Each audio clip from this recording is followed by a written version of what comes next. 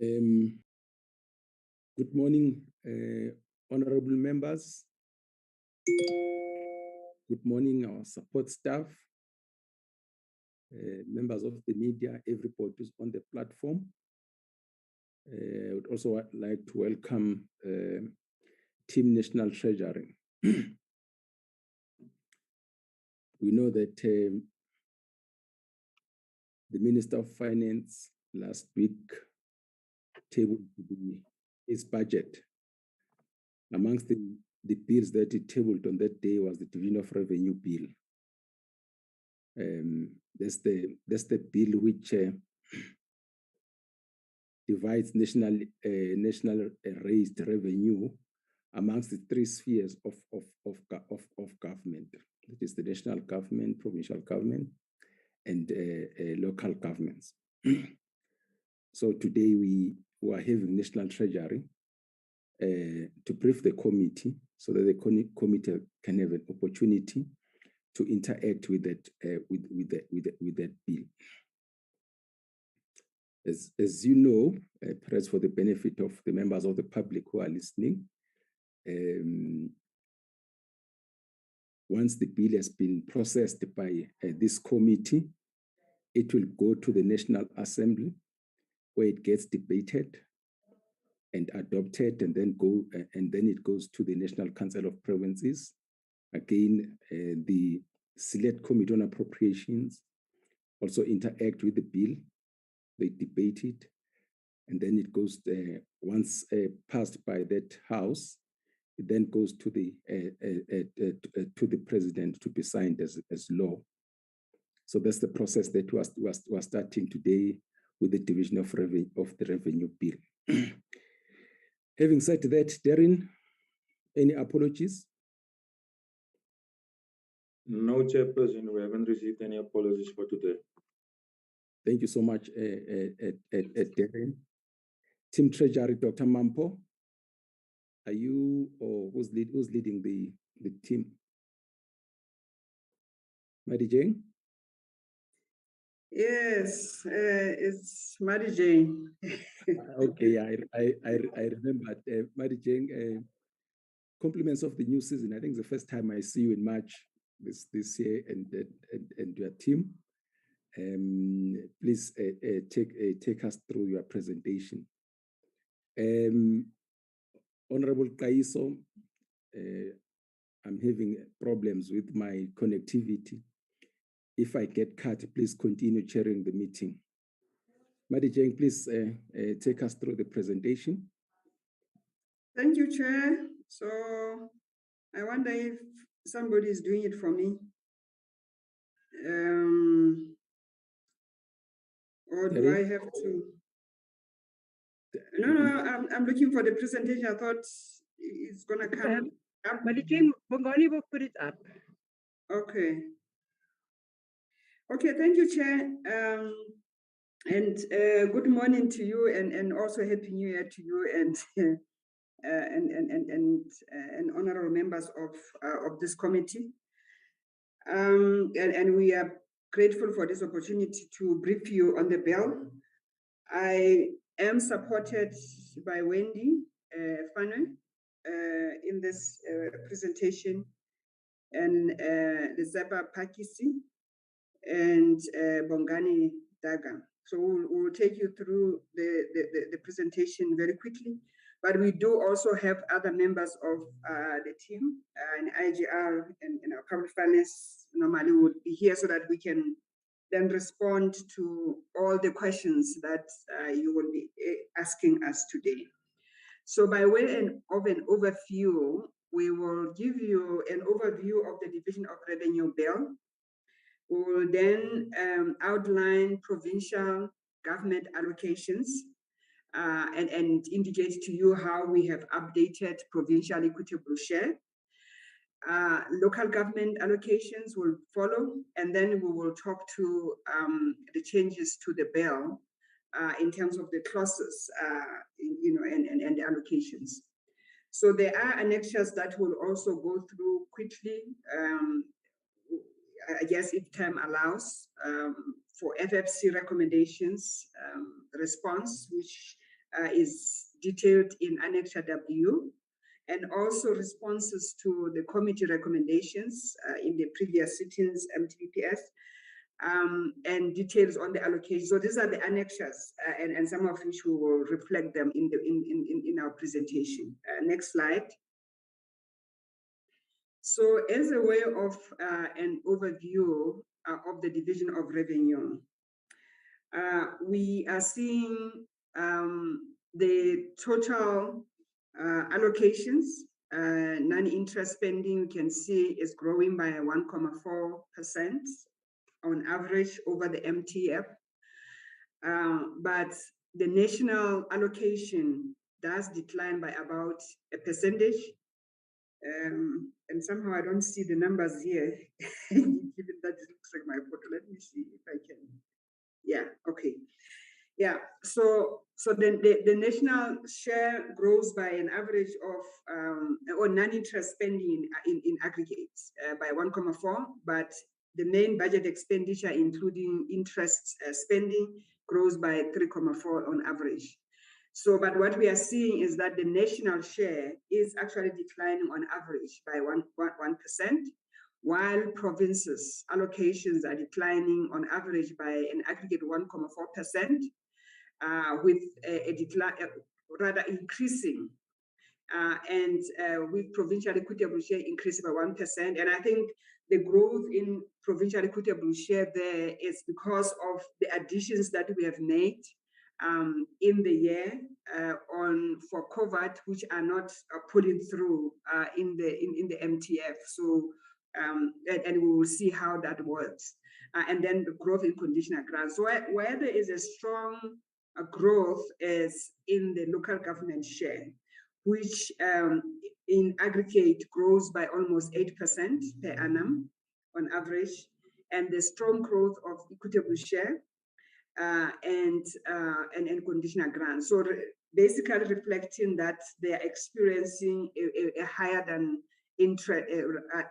inflation growth in their share of the allocation. Next slide. So, but what we are also seeing here, I think maybe what I need to point out, Honorable Chairs, is the growth in the interest, debt service costs, which are way more than the growth in the allocations, which actually says that the more we borrow, the more we are actually crowding out spending and taking money from services to actually service the debt, which I think for me, it's highly inequitable because you are putting money in the hands of the investors and taking it away from service delivery. And this is really reflected by how strongly our debt stock is growing over the years as we continue to borrow more. So this division of revenue also continues to be highly redistributed. So we want to continuously indicate this, that is the stance that we are maintaining in the allocations of towards provinces and to municipalities. So when you look at Chair? Sorry, can I just interrupt you?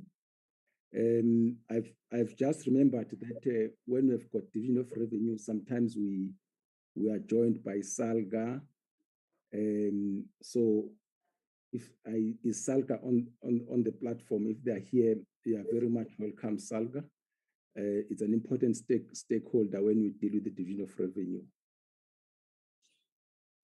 Okay, thank you. So and sorry probably FFC, I don't know. Okay. And FFC, and FFC Yeah, on board. Yeah, also welcome, and everybody who's on the platform. Thank you. Thanks. Okay.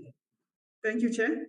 So now what we're reflecting here is that when you look at the rural provinces and you compare like Gauteng and Northern Cape, you can see that Northern Cape receives more than twice per capita when you compare to, twice the capita when you compare to Gauteng. You look at metros and you are mostly rural municipalities, and you also can see that per household allocation is much more higher, almost twice as much as in the metro. So this appreciates that the revenue base of these spaces is not strong, but they do have a much responsibility in terms of servicing the needs of the poor. So these allocations, in a way, if you look at it biased towards the poor, is actually enabling them to do that. Next slide. So in this slide, next, you have jumped this slide. I think what we are reflecting here in this slide is the annual average growth trends in the allocations between the three spheres of government over the years from 2008 and 9. So you can see that from 2008 and 9, where the growth was quite strong, there has been a decline in the growth, which was much faster from 2018 and 19 in terms of the allocation.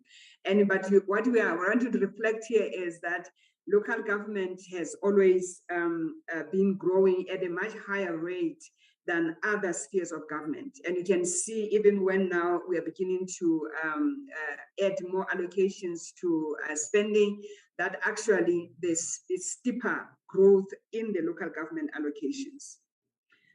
Next slide.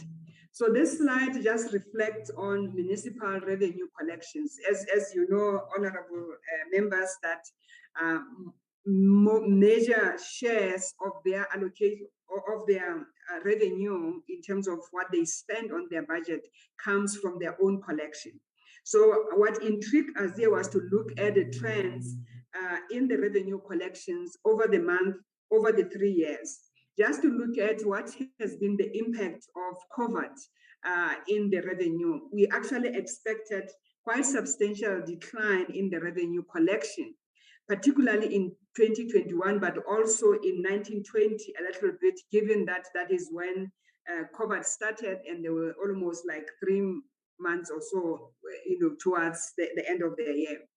So, but what we are seeing here is that in actual fact, the trends per month continued to be the same over the years. I mean, you only see in May, where in 2020, where 1920, there was a bit of no growth at all. But the rest of the month, we can see that in 2021, there has been still growth trends in the revenue and following the normal trends that normally they would have, which also shows the resilience in the revenue collection and the revenue collection of the municipality.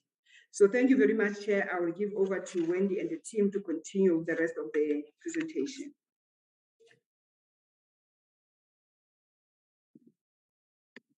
Okay, Bongani will go first. Good morning, Chairperson and honorable members. I hope I'm visible and audible. I'll be taking the committee through the provincial allocations.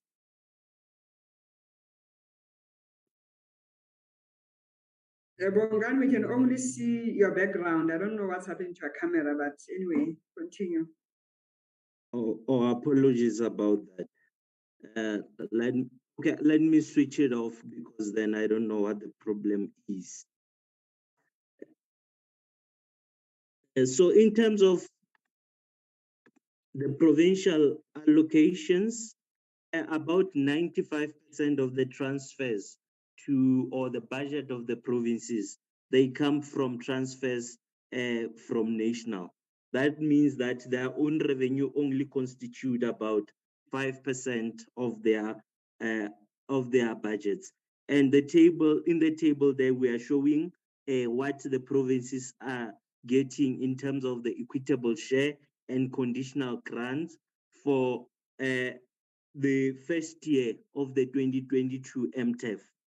And also in terms of the growth, as Mema Dijeng has already highlighted, that the annual growth rate for the equitable share is about 1%, and for conditional grants is about 3.3%.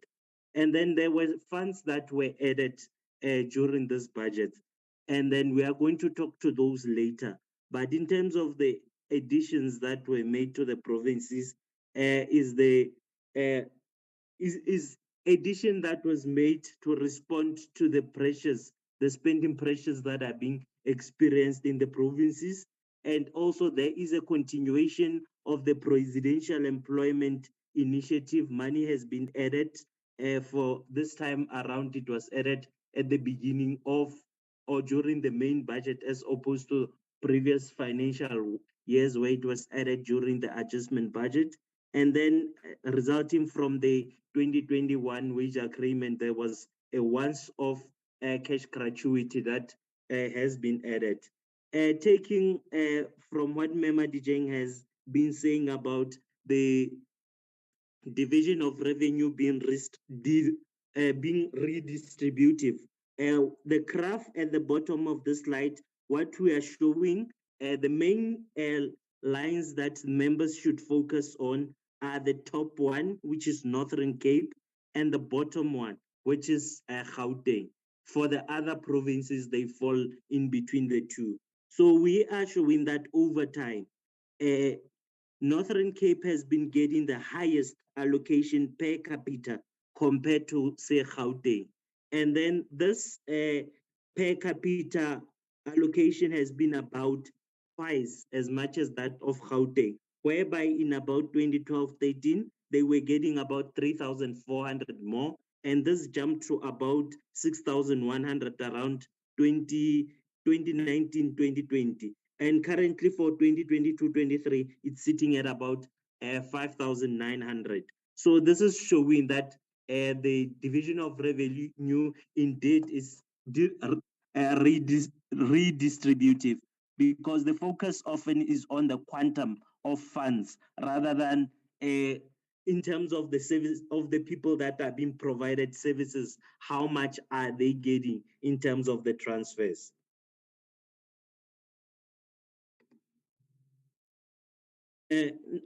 On this slide, we are showing the updates or the review of the provincial equitable share.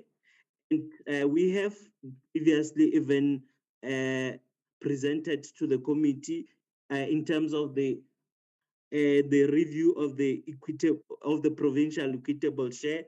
I know this process has been ongoing for some time, and in terms of the task team that is responsible for reviewing the provincial equitable share is National Treasury, all the 9 provincial treasuries, and the FFC. And depending on which component is being reviewed, as in the case recently, we have been reviewing the health component, sector departments form part of the committee. So the Department of Health in the reviewing of the health component was part and parcel of that process. And then in terms of the review that we recently completed, as indicated, is the health component. And the health component has got 2 subcomponents, which the one that we were reviewing is the risk as adjusted subcomponent, which account for 75%. And the other component is the output component, which accounts for 25%. This one was not reviewed. It still remains the same as was before. So in terms of the review was to look at the risk. The review was to look at the risk profile of provinces as this changes over time. So it was to review the risk-adjusted component to account for those changes that happen over time. And then in terms of the review, the work was done during 2019 and 2020. And then in terms of whereby the variables were identified that would inform the current risk profile of provinces. And then when that work was being done, there were technical work that was being done in the consultations, whereby after the work was done, there was a workshop that was held that included all the provincial departments of health, National Department of Health, and all other stakeholders that work within the health sectors. This would include even the colleagues from universities that came together to kind of look at how the review and provide inputs in terms of was that the right direction that has been taken in terms of this review. And then there was consensus that this is like the approach that should be used in terms of the review, and all the factors that were identified were appropriate, even in terms of the weightings that were given to this were were appropriate. And so in terms of what has been reviewed, the top graph is showing the old risk adjusted index, and the bottom part is showing the revised one, which is the new one that is going to be implemented from the 1st of April 2022. So in terms of what is new in the new risk adjusted is that previously, there was a consideration for just maternity, but in the current one is total fertility, whereby they are looking at like the number of children that a woman would bear throughout her lifetime. And then the HIV and AIDS used to be a standalone component or a factor, but that has been incorporated into the age and sex factor and also the premature mortality. So even the weights we have shown for each factor, the weight that it accounts for within this newly revised risk adjusted index. And then this change that we are seeing here is going to be implemented or phased over the 3 years to minimize the impact in terms of the allocations to provinces as a result of this review. And then in terms of the normal updates that we are doing to the provincial equitable share, for the insured people, we used the 2019 General Household Survey because the 2020 was not available by the time that we determined the equitable share. And then in terms of the output component, which looks at the number of visits to health facilities, given the COVID challenges, a lot of those facilities either did not report or people did not visit a lot of health facility due to fear of COVID. So what was decided was, instead of using the latest available information that had these gaps, as I have indicated, the information that was used is similar to what was used for the 2021 division of revenue. So that is something that was agreed upon through the budget consultations by all the stakeholders, given the challenges with the most recent data that was not going to show the accuracy of the visits to the health facilities. And then in terms of the other data updates, there was the LORIS was updated using the most recent and the media population, income and expenditure data.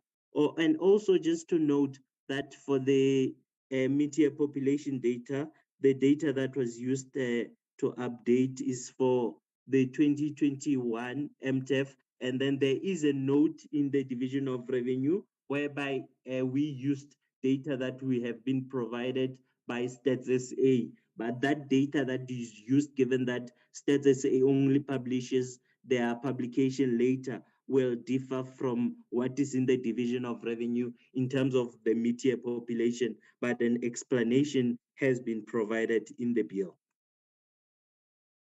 So in terms of the additions that we spoke about earlier, as a result of the 2021 wage agreement, there was that 14.7 billion that was added for once-off non-pensionable cash gratuity.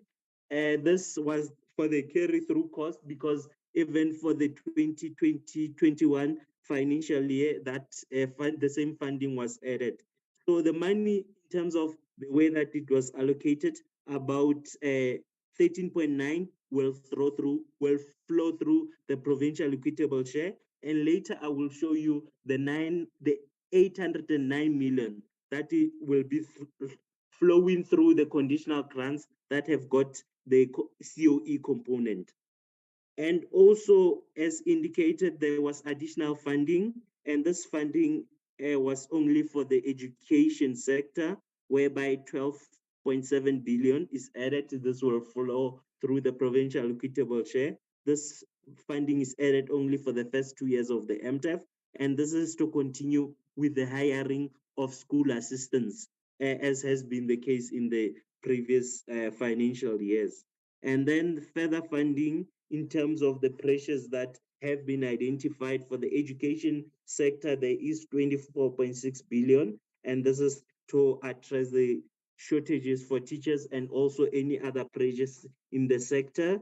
And then for the health sector, there is 15.6 billion that is added, and this is to fund the response to COVID and also for the reduction in terms of the pressures when it comes to essential medical procurement of essential medical goods and services. And there was, for the social development sector, there was an addition of 988 million. And this was to ensure that the allocation to the NGO and non-governmental organizations are growing by inflation, given that previously the provincial departments of social development had to make a choice, either reducing the number of NGOs that are being funded or reducing the allocation. So this would assist in terms of that. And then in terms of the changes to the conditional. Because in time, maximum. Honorable member, please, I assume it's an oral member. Let's just mute our mics, please, who are disturbing the presentation. Okay, let's just check our mics and mute them. Okay, continue, sir. Okay, thanks, Chair. In terms of the changes to the conditional grant, as announced in the MTBPS, the Early Childhood Development grant is moving from the Department of Social Development to Department of Basic Education, and this is going to be effected from the 1st of April 2022, when the new financial year starts. And then also in terms of the Department of Cooperative Governance, there is a change in the name of the provincial disasters from the Provincial Disaster Relief Grant to the Provincial Disaster Response Grant. So this change it does not necessarily change the objective of the grant, but they say that this is more encompassing in terms of the response, as it also includes the relief aspect.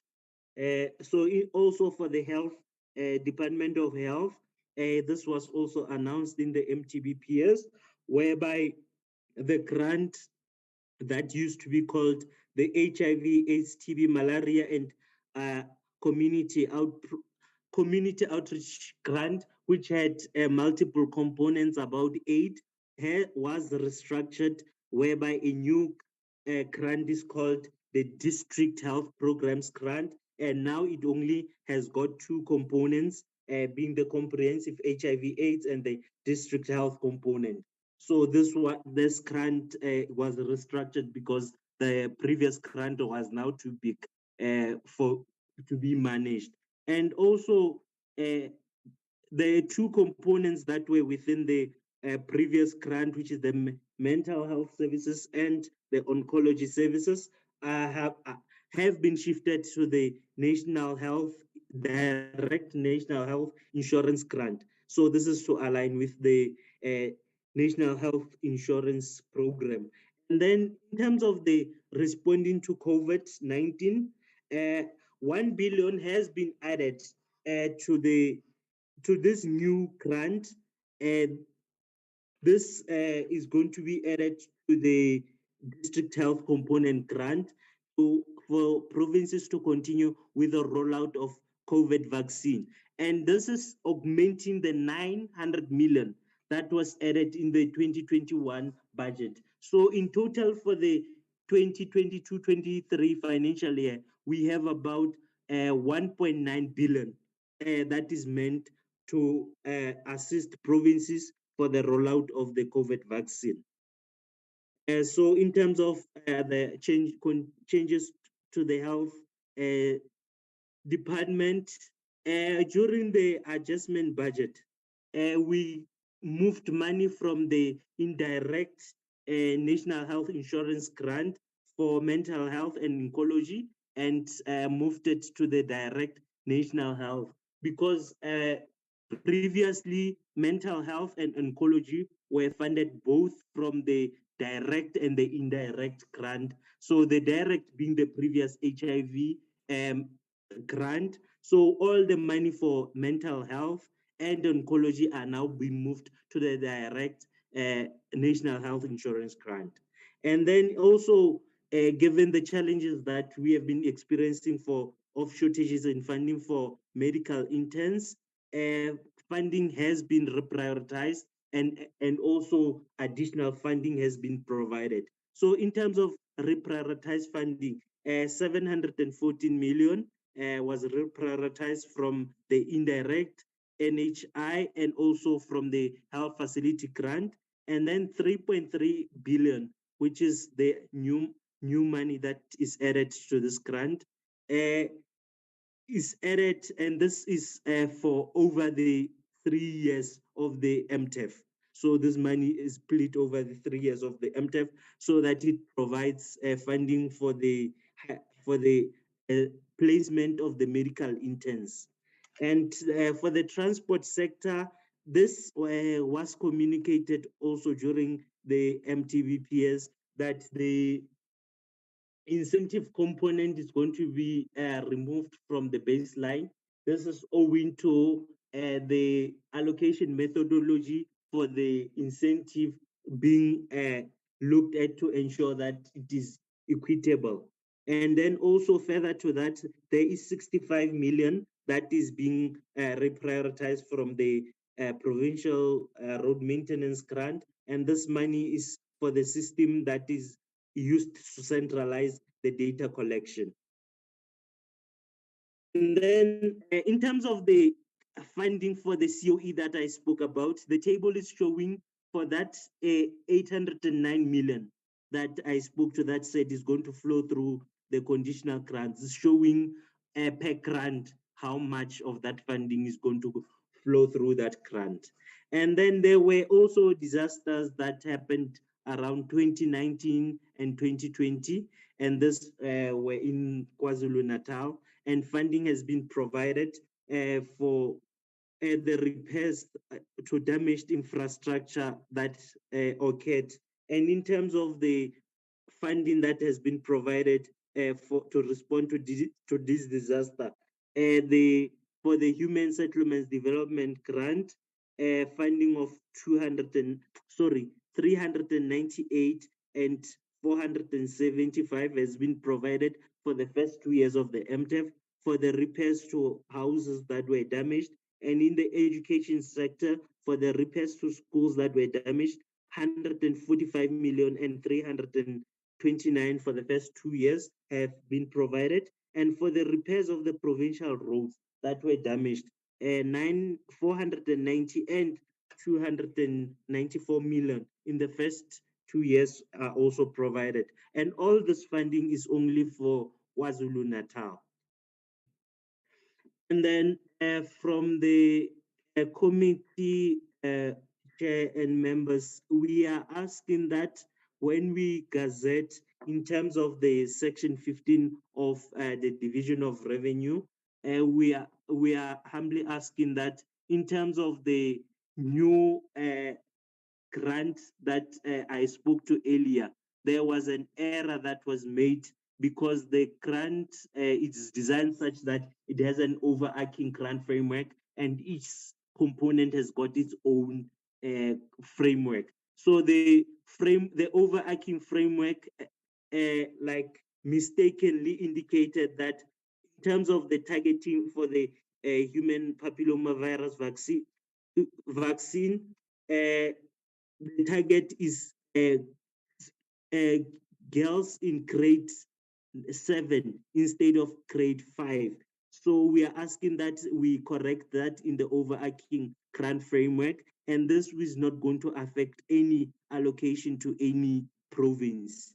And also yesterday, the Department of Public Works and Infrastructure indicated that they provided an incorrect target for the full-time equivalent for roads, for the Department of Roads and Public Works in the Northern Cape, whereby in the current bill, the target that is shown there is 53 as provided by the Department of Public Works, but they say that is that was an error. The correct figure that was supposed to have been reflected is 2,361 job opportunities. So we are also requesting that when we gazette, we correct for that. And also, this is not going to affect any allocation to any province or any department.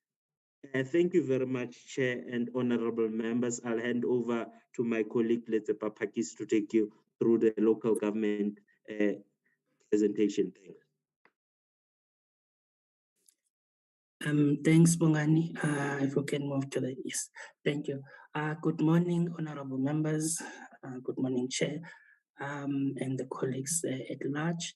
The slide you see before you shows the various sources of revenue for local government coming from the fiscals. So you would see that, there's the equitable share, the grants, direct and indirect. There's also support for councillors, so that's what constitutes the 9.8% of nationally raised revenue that then falls to the local government sphere.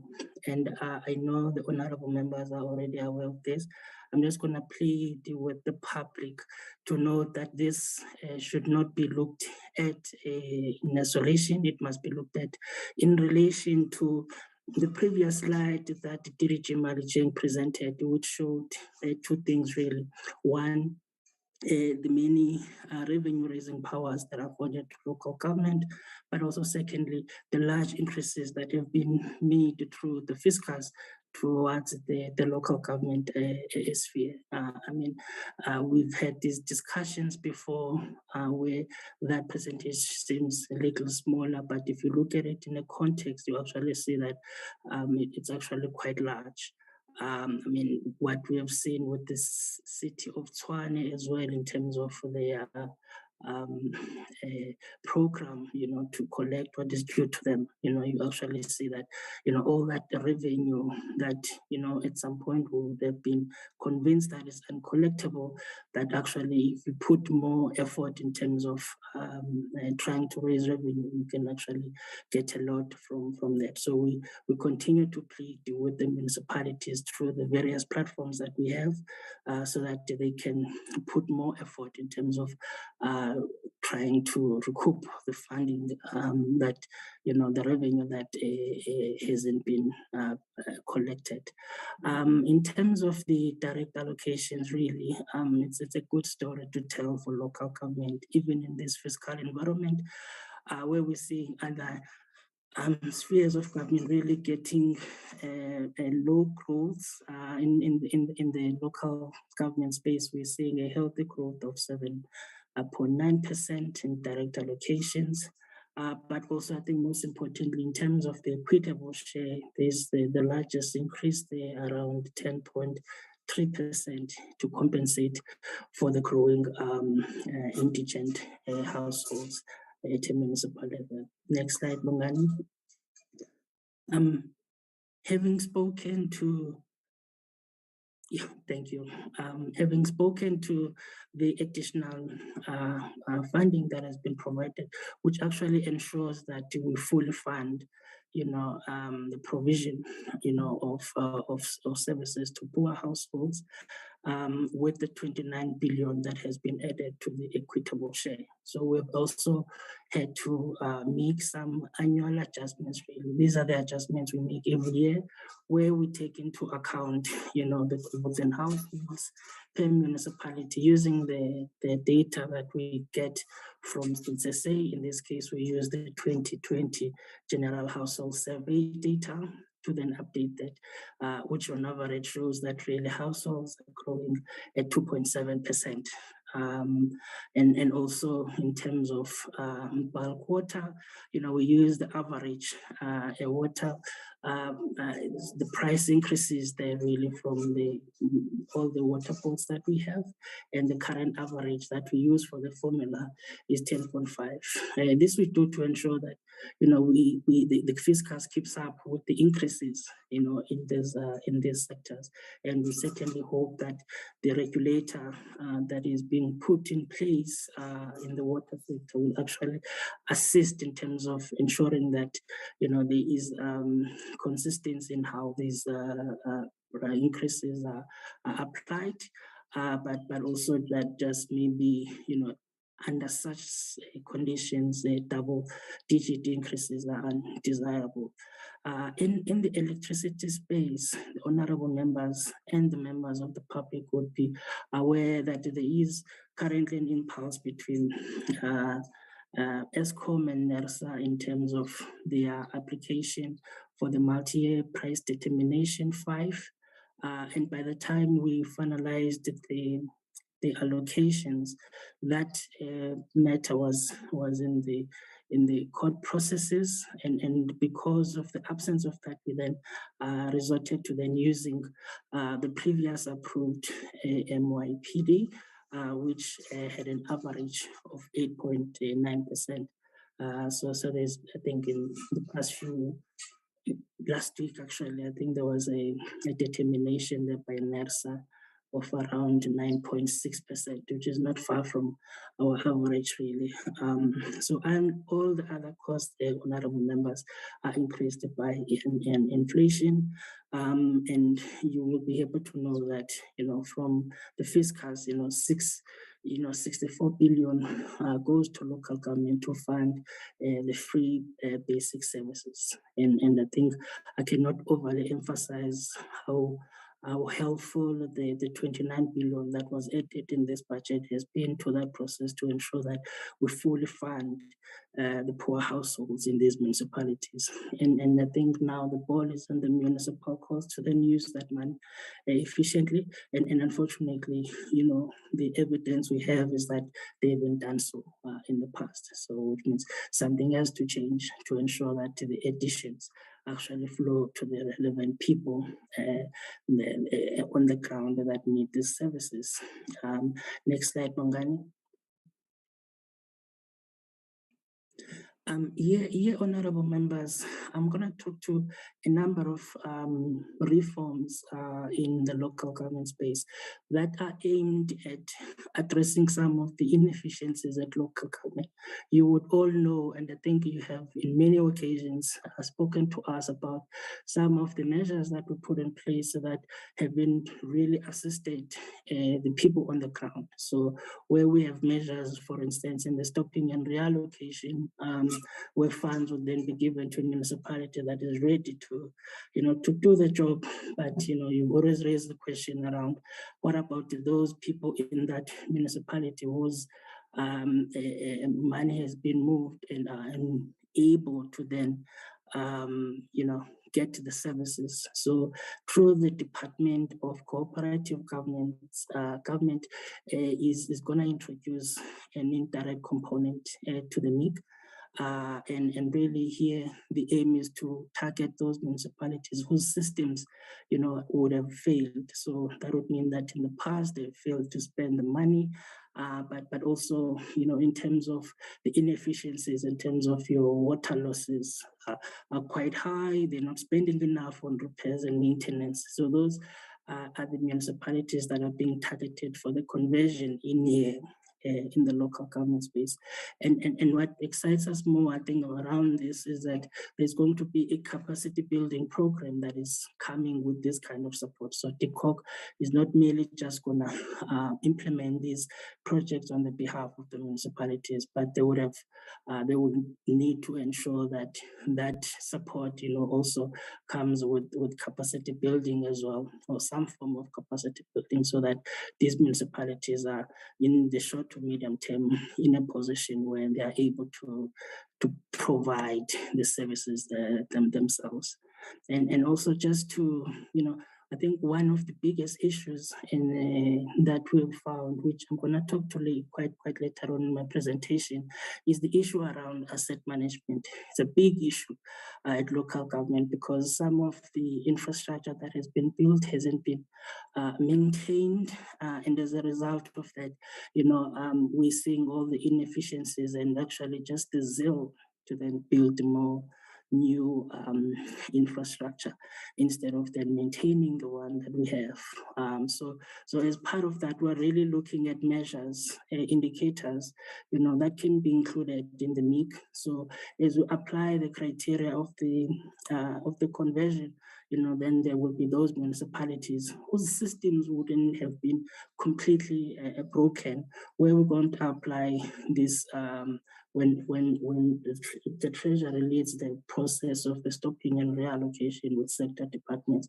We're then going to look at what can we test, what are some of the performance related indicators can we use, in order for us to promote, proper asset management at a local government level. And then, honorable members, again, just one of the reforms everyone is talking about, the DDM model and what it means for the rest of us. So the municipal systems improvement grant will be utilized for the purposes of really putting those institutional plans in place, in these district spaces that have been and the 52 that have been identified. It's quite important, honorable members, to know that the Department of Cooperative Governments is leading into that space. Next one, Bongani. Yeah, I'm not going to talk to the first change, honorable members, because Bongani, my colleague, has spoken about it in terms of the provincial disaster relief grant. So the same principle applies to the municipal disaster relief grant in terms of the name change that has been applied there. But I'm just going to jump straight to the budget facility for infrastructure, the BFI, as we know it. I think in the adjustments budget, we were here making a case for a reduction in terms of the monies that were meant to flow to the city of Cape Town for the My City a public transport network. And that was really to align their plans, and the cash flow projections. And the same principle really applies there. We're just continuing with that because the analysis that the city had done covered, more than just, that financial year, which is the 21-22 financial years, but also all the financial years. So we had indicated then that, the money was not a reduction per se, but more of rescheduling. And what we are seeing here is that while the principle applies in terms of the reduction in the first 2 years, we then bring back the money in the third year. We start bringing back the money. So that's just to align with the plan to ensure that the project is very rolled out as initially planned in terms of the scope. The timelines may need to change, but the scope is still the same. So we'll continue to monitor how the city expands and continues to build capacity to be able to undertake this such a huge job. And again, in terms of the regional bulk infrastructure, in the adjustments process, we had added 83 million, to start the first phase, but now there's $1 billion that is being added. It's also from the BFI facility. It's also to help with the implementation of potable water and security projects in the George local municipality there. Thanks, Bongani. Yeah, there are also other adjustments that we have had to make. There's a 50 million that was reprioritized, in just 1 year, the 2022-23 financial year, from the ESCOP, INEP, a grant to really assist in terms of the operational requirements for the independent power producers. So this will also assist, I think, in terms of the local government business ones that office is up and running, and we can assure the honorable members that the analysis that has been done is that this will not affect service delivery in this idea, because there are also some inefficiencies in spending at ESCOM, which would allow for space for this to be made.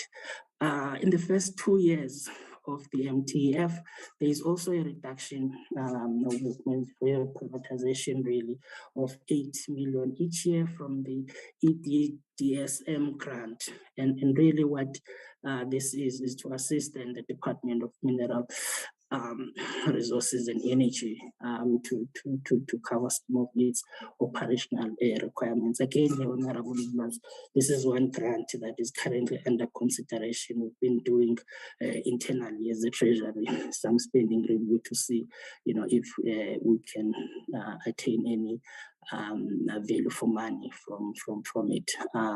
And the honorable members would know that in the MIC there's a provision for sport infrastructure to be provided, and Polokwane is no longer in the mix, so it's in the IUTG. So each time there's an allocation to Polokwane from the sports component in the MIC, we have to then shift that money to the IUTG so that it could be spent there. So really that's for sports projects that have been identified by the Department of Sport, Arts and Culture in the municipality.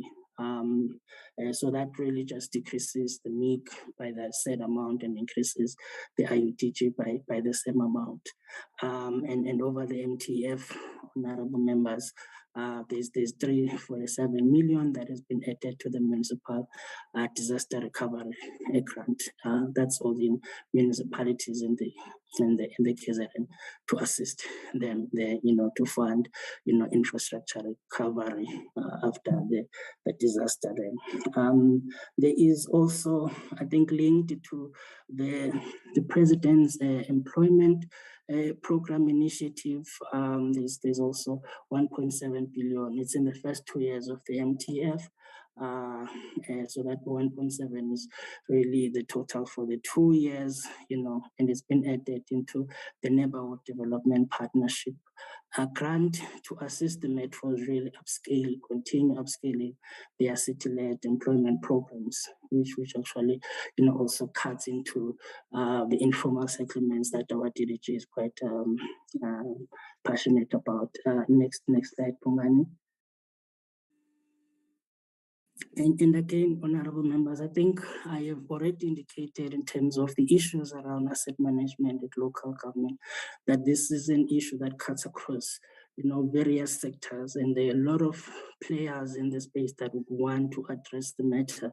And in the 2023, in this budget, so the financial management grant has also made a provision for the preparation of asset registers, which also, we think is going to assist a lot in terms of those municipalities that currently don't have asset registers, and the asset registers are currently a requirement, in the MIG framework for municipalities that want to use the 5% provision for asset management plans. So there's this everyone coming into the space, but we just want the honorable members to afford us some time to be able to then relook at that provision, so that we ensure that there is no duplication, that is actually collaboration that takes place with the municipal infrastructure grant provision that's there.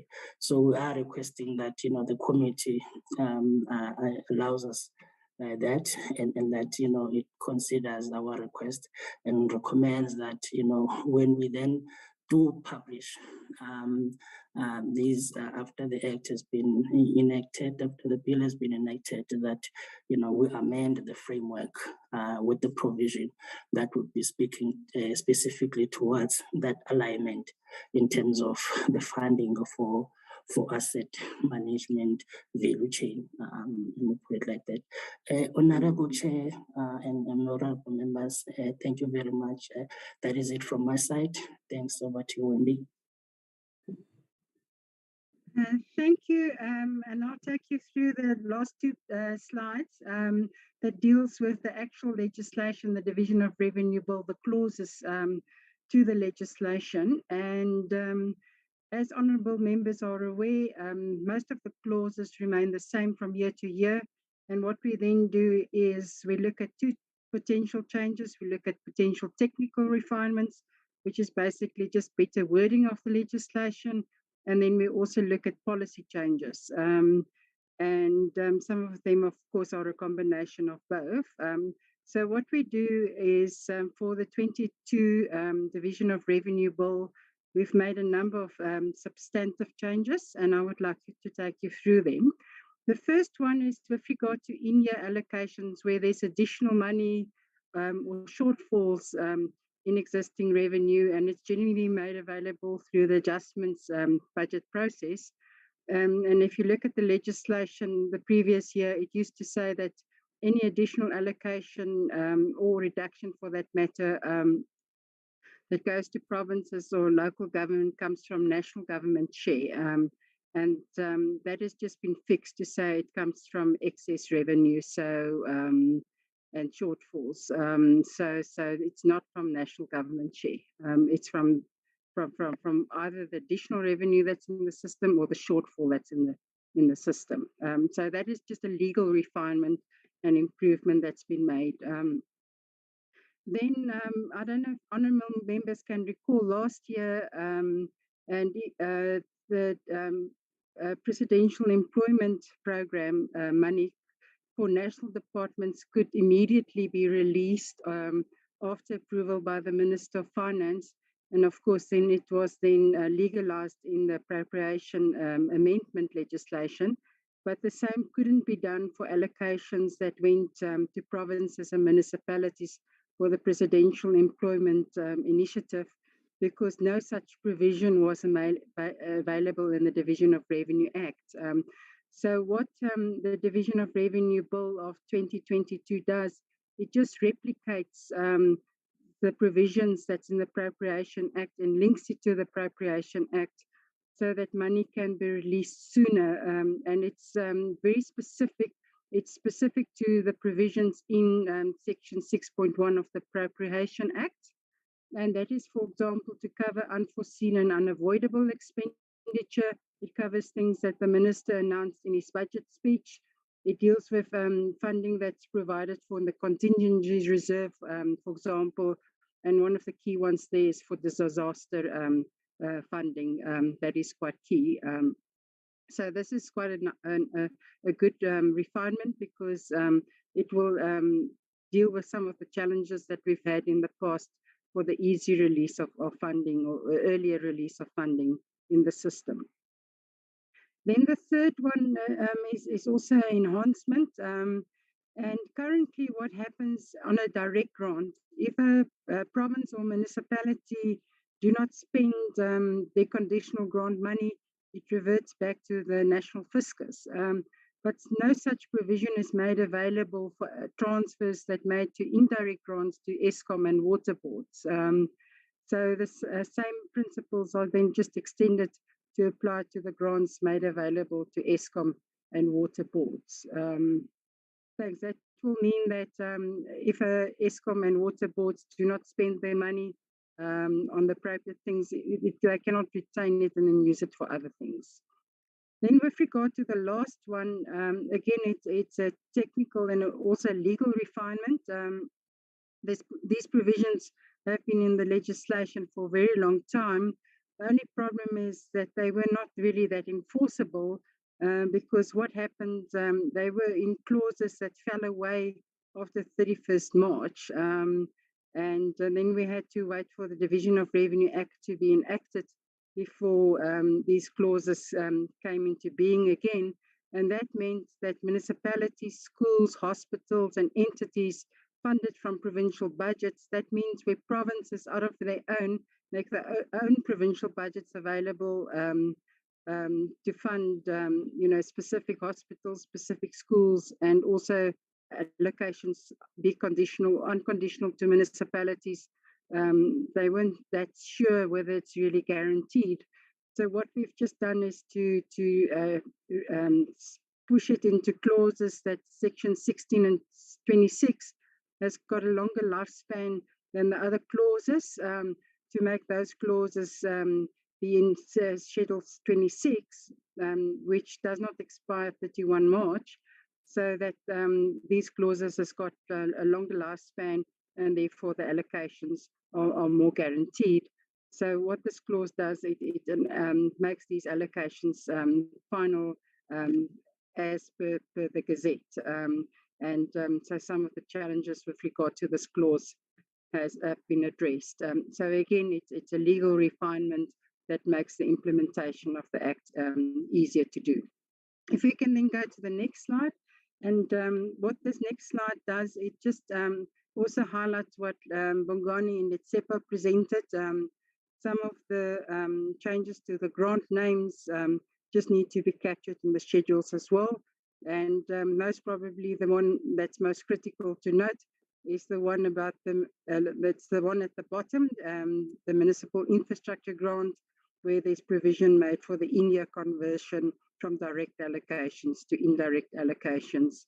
As Letsepa indicated, that grant is currently, or the indirect grant, there's no money attached to it currently, but in-year shifts can be made to the indirect allocation, and this additional schedule in the Division of Revenue Bill allows for that.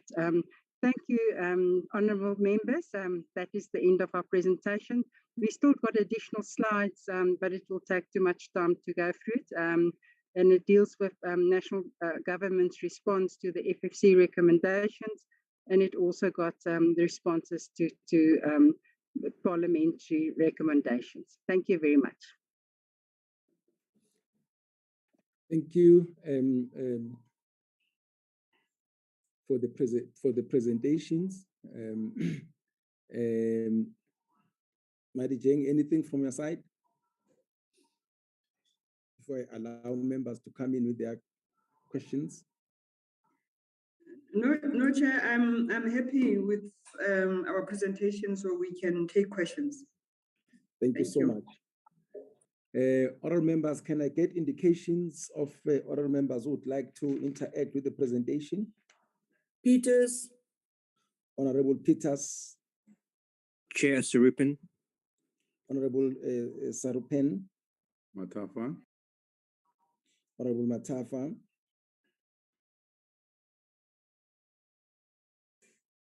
Any other honorable member? Kaiso. Honorable Kaiso. Honorable member. Honorable Mlenzana. Any other honorable member? Marais. Honorable Marais.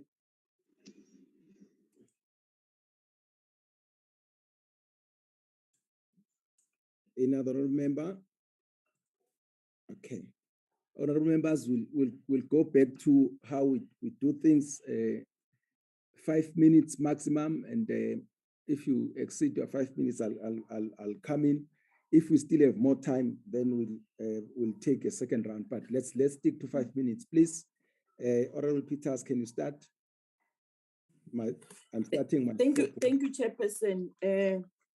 Today I'm going to disappoint you by not taking even 3 minutes. Thank you very much to the team from National Treasury for the presentation. And I want to take this opportunity also to indicate to you, Chair, that I believe that where I am as at present, I have serious challenges of connectivity. That's why it took so long for me to get connected. So before I lose connectivity, let me ask my question. My question is just related to whether National Treasury believes that the provincial equitable share as it stands right now is adequate for provinces. I'm raising this, Chairperson. For example, the situation in the Northern Cape where more than 70% to 80% of the provincial equitable share is spent on salaries. And I would believe had it not been for the conditional grants, provinces were going to have serious challenges. And at times, Chairperson, I'm not justifying that. You get to understand why provinces and municipalities seem to veer towards using the conditional grants to cover other costs as opposed to what the money is intended for. So I just want to find out from National Treasury whether there is a process in which they engage with provinces to truly comb through the provincial equitable share and check whether it is adequate to sustain the provinces. But also, Chairperson, my second question is related to whether provinces still do pick up hospital fees, because there could be their own revenue that they collect. And if they do, what is the percentage of this own revenue to provinces? Lastly, Chairperson, what is the view of National Treasury with regard to the municipal debt that is owed and by provinces to municipalities? And for me, we are sounding already like a broken record, Chairperson. Since 2019, when the committee started, we've been raising this issue. We've been raising the issue in the debates in Parliament, in our reports to Parliament, but the situation does not seem to improve. What is the National Treasury doing to make sure that you can raise the issue related to how municipalities' debts increases annually based on what provinces owe, and also what the private sector and other role players owe, and even national departments owe to municipalities? Thank you, Chairperson. Yo, one pop available. Okay, thank you, Honorable Peters. Honorable Sarupen. Thank you very much, Chair. And Chair, also in the interest of bandwidth, I'm going to have to keep my video off. Chair, my question basically around the equitable share is as follows, and the division of revenue. My understanding is that all of these calculations, the per capita and so on, is based on predominantly on census data and census 2011. Now, we know that South Africa urbanizes at a massive rate. We know that from all preliminary estimates, including Community Survey 2016 and updates, that we now have over 66% of our population living in about 12 urban centers, meaning that our rural areas are becoming increasingly sparsely populated, which means that in effect, when we are presented with this data, we're presented with data based on now 12-year-old assumptions. And I'd like to know from National Treasury if they are looking at making any adjustments to how they calculate the equitable shares for provinces based on changes in population and migration estimates that come through from Stats SA and so on, because I do think that it does a disservice. The reality is we deliver services to people, not to land. And that's what we need to keep in mind. Then the second thing, Chair, is also when they speak about Gauteng and so on, or KwaZulu-Natal, and they give us the per capita spend. The reality is that none of these places are homogenous, and so when money is divvied up to municipalities, particularly in the division of revenue, do they take into account the characteristics of the municipality and not just the province it's in? If you're looking at Lesedi local municipality in Gauteng, it's very different to the Johannesburg Metro, for example, is extremely rural. Or if you are looking at eThekwini versus any of municipalities in KwaZulu-Natal, you get very different profiles. And I'd like to know how they calculate that when coming to their assumptions. Thank you very much, Chair. Thank you, Honorable Sarupen. Honorable Matafa. Thank you very much, Chairperson. Good morning to you, Chair, and Team Treasury, and everybody on the platform. Now, Chair, I'm going to be very brief. I just have about 3 or 4 questions. Some might be related.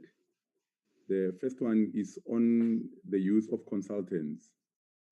This matter has been lamented for quite some time, that the usage of consultants actually draws from the money that can be used for service delivery. But at the end, when the accounting season starts, you still find that the work is shoddy, or there is still challenges that were actually supposed to have been resolved by this particular consultants. So the question there is just to find out what is the view of Treasury and what measures are in place to ensure that this practice of using consultants, even where municipalities and provinces have fully staffed departments, are in place to ensure that this practice is eliminated in the long run. The second one, Chair, why I'm saying that they might be interrelated, it's on the capability of municipalities and provinces to use conditional grants. When these grants are allocated, on what basis or what framework does Treasury use to determine if whether a grant and its quantum can be allocated to a particular institution? I'm asking this, Chair, because I think that it's important that for prudency, we need to be able to track the past performance and what these institutions, municipalities and provinces are capable to achieve before we allocate money, and then come back to say, no, you failed to use the money, let it come back. Maybe if we do a due diligence upfront, we might be able to identify if whether indeed these funds will be fully utilized.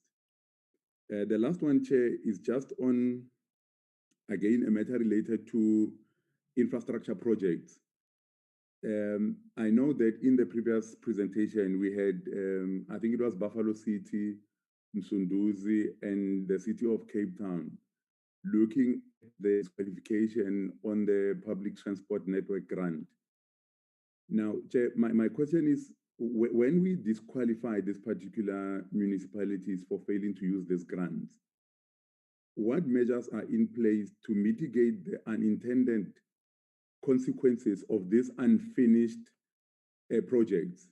Because if you leave a project halfway, I'll give an example with Rustenburg.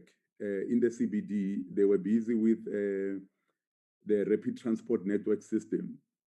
For many years, when you go there, you will find half-built structures. Some of the roads are partially operational. And for many years, this has been an inconvenience for residents and motorists. So what measures are there in place to ensure that if we disqualify a particular program, the unended project or the one that is halted is not an inconvenience, and also it does not get damaged to a point that once they are readmitted, it cannot then be used. It has to be either demolished or started afresh or discarded in the plans going forward. I just have those three, Chair, but thank you very much for the presentation. It's very empowering in our oversight work. Thank you for the opportunity. Thank you, Honorable Matafa. Honorable Kaiso.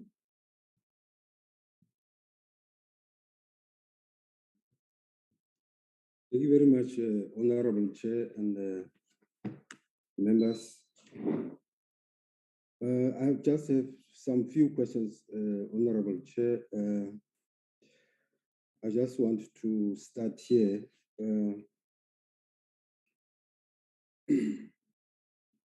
I just want to check with Treasury, how confident is that you will be, to see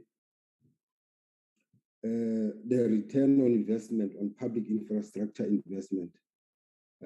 Yes, my colleague did ask this question, but I just want to take it further because, yesterday when we were receiving presentation from the FFC, there was an indication and that the state-owned companies was actually in a decline. So, and they are very central to the infrastructure development. Now, I just want to check with Treasury, how confident that these state-owned companies will be able to deliver, because it's very much important that to understand that, so that we whilst we're putting in money, but at the same time, there must be an element of confidence that is being displayed. Now, on second question is that the capabilities of municipalities.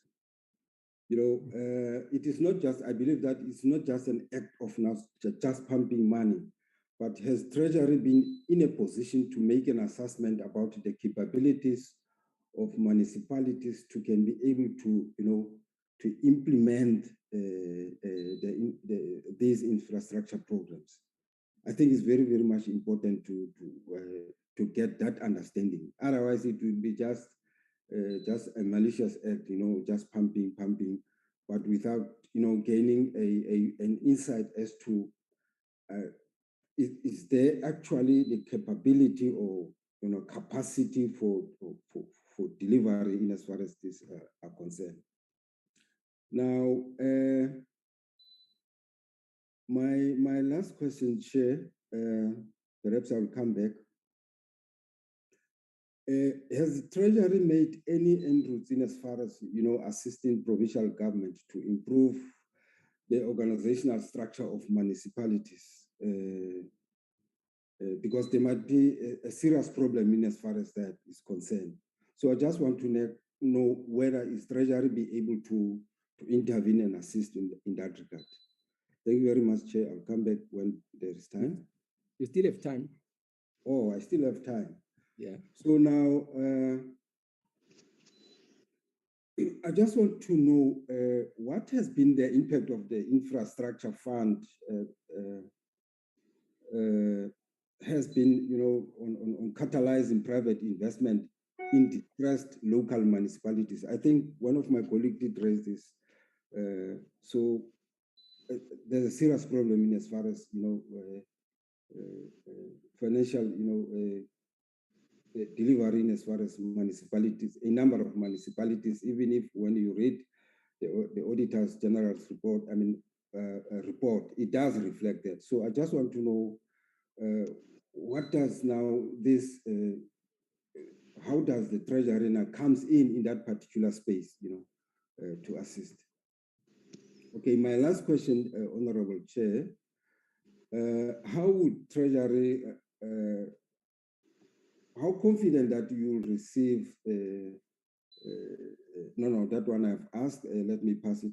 My last question is, with the raising debt service cost, how will the government ensure that this does not have a crowding effect? I think the President has raised also this matter on you deal with that, the balancing act. Can you also reflect on that? Thank you very much, Chair. Thank you, Honorable Kaiso. Honorable Lenzana. Thank you, Chairperson. Let me switch off the video. I haven't arranged my background correctly. Yes. I don't want to be seen to be violating as if I don't know the rules of the game. Chairperson, let me start by joining my colleagues in welcoming the presentation. Also, whilst we are welcoming the presentation, this is a generic comment. Perhaps Team Treasury Chairperson will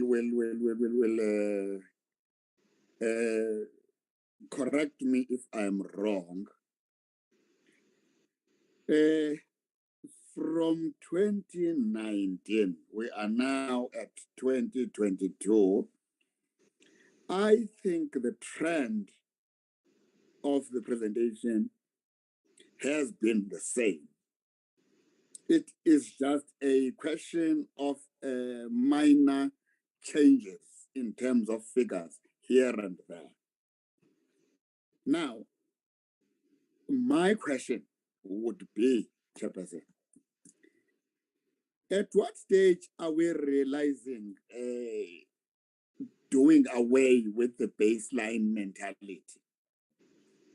Where we would begin to focus on performance per municipality, performance per province, avoiding a situation where we would pump in money only to find that we go to the third quarter and the third quarter reports indicate to us that very little of that money has been actually correctly spent. I'm saying correctly spent because what you would notice is that running to the last quarter, you would now see what I would call fiscal dumping. That is one part. Then the second one is I support the money allocated for assisting the Independent Power Producers Office.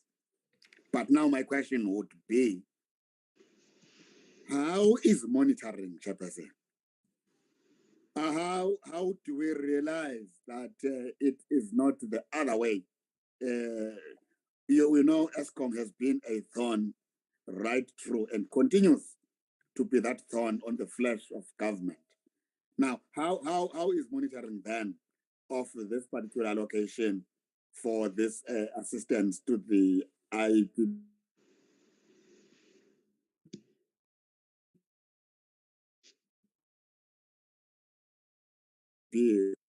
office? Chair, this question I have been consistent with expenditure.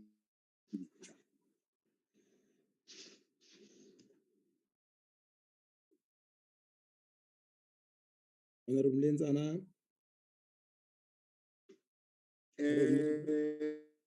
Like Lenzana. Monitoring of which were actually not litigations. Lenzana. Yes. Can you hear me? Yes, boss. I can hear you.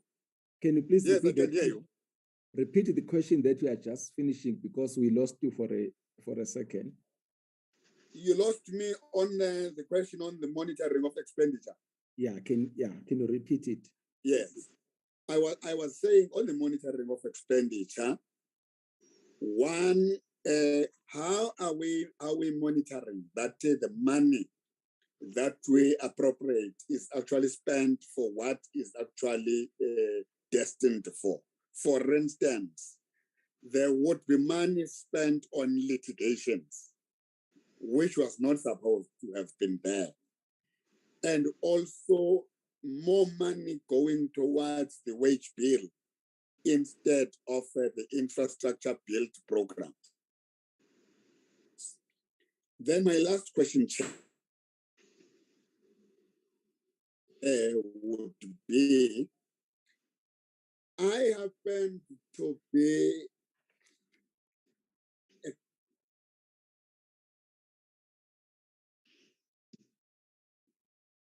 exposed in a session with municipal labor union.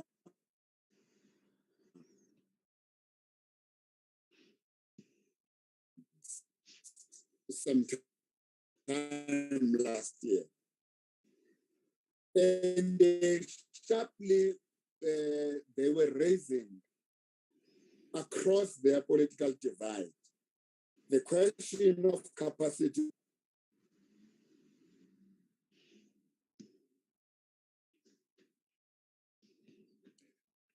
Honorable Lenzana.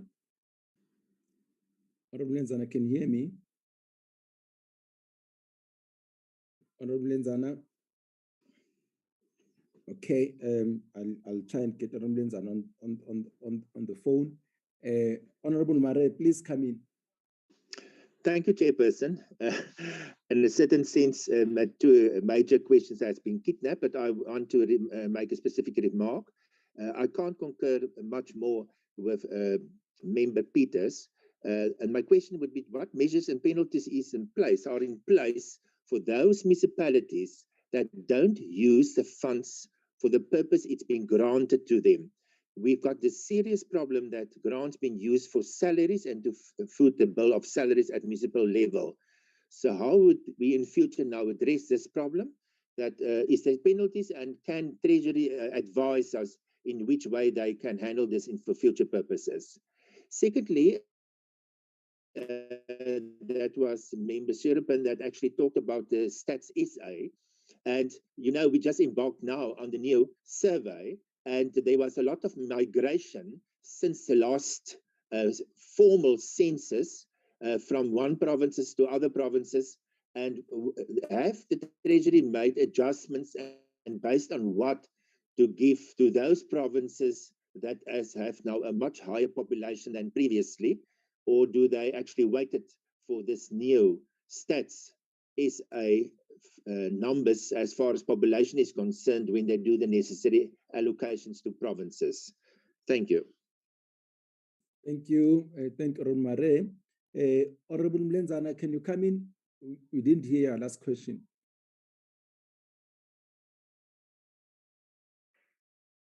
Okay. No, thanks, Chairperson. Thanks, Chairperson. Can you hear me now? Yes, we can. Chairperson, can you hear me now? Yes. Sure. I've tried to move so that at least I could be clear. Let me start the question afresh. This question, Chairperson, is on the capacity of leadership at municipality level, both the political and the admin arm. And I was saying, Chairperson, last year towards the end, I was exposed to a session with the municipality labor unions across political divide. And they were very sharp into saying there are capacity challenges, both politically and admin. Now I'm asking, how is Team Treasury going to manage this, particularly that now there is this political instability in municipalities caused by the hung municipalities where there is power sharing, which is not consistent, which may lead to more money being wasted and unaccounted for. Thanks, Chairperson. Thanks for the allowance. Thank you, Honorable Lenzana.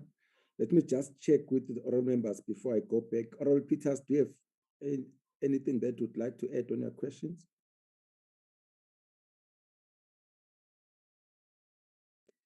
No, no, Chair. Thank you. I'm sorry.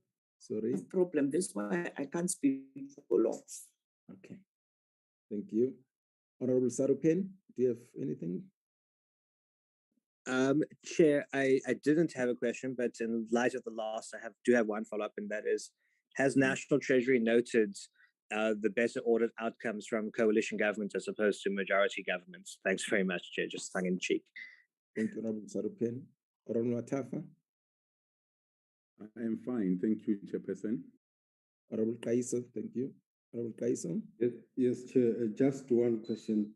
I just want to ask Treasury, you know, there was an allocation of 200 billion rand for the small business to can be able to access. Now, has the Treasury made any assessment as to what an extent has this objective been attained, you know, and what will be done to correct this in the future? Thank you very much. Thank you, Honorable Kaiso. Honorable Lenzana? No, thanks, Chairperson, I'm fine. Thank you. Honorable Mare? Honorable Mare? Any second thoughts? Okay. Let me... Chair, just a quick one, Chair. Please, Honorable Peters. Chairperson, I'm sorry. I said I need to save this, but Treasury. From Treasury, I just want to find out what is their view with regard to the use of consultants. For over many years, there's been a decision that a government should reduce the over-reliance on consultants. And if you look at the situation with regard to some of the grants that are not spent, it would always be that the service provider was not appointed, the service provider was not appointed, and the service provider is a consultant. So and also, if you look at the use of consultant vis-a-vis the wage bill, then it doesn't really make sense. So I just want to find out that. Thank you. Thank you, Honorable Peters. Can I come in? Let me start by welcoming the presentation from Team Treasury. Thank you very much. My first question would be to ask National Treasury can you differentiate between direct and indirect grant? That's one. And what factors do you consider to then say this one is going to be direct and this one is going to be indirect?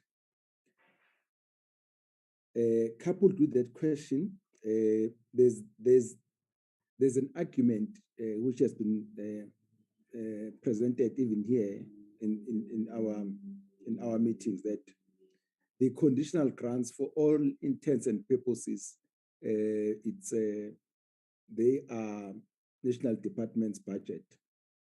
They are not what we claim them to be. What will be your comment on that? You spoke about the increase, the 29 billion rand increase for basic services, and you then said that they have not been used, or the sphere of government where this should go to has failed to use that money. What's happening there? Can you say more on that?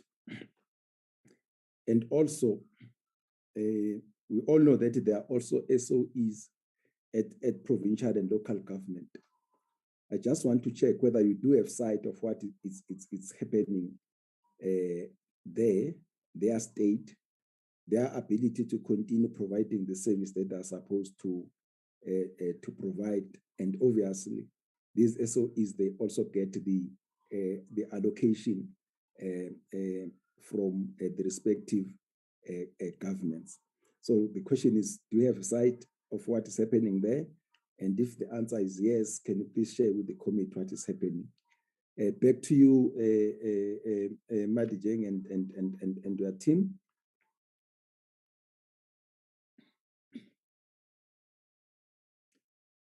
Whose hand is this? Peters, you have got an old hand, I suppose. Please lower it. Thank you.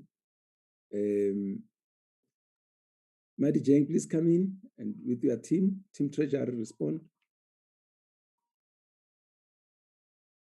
Yes, Chair, thank you very much. We will respond, and the team will assist because I think there's a lot of questions around allocation and allocation criteria for both equitable share for provinces and local government, and whether the formulas responds to population growth. I think that the team will respond to that. So I think the question on whether PES is adequate for provinces or not.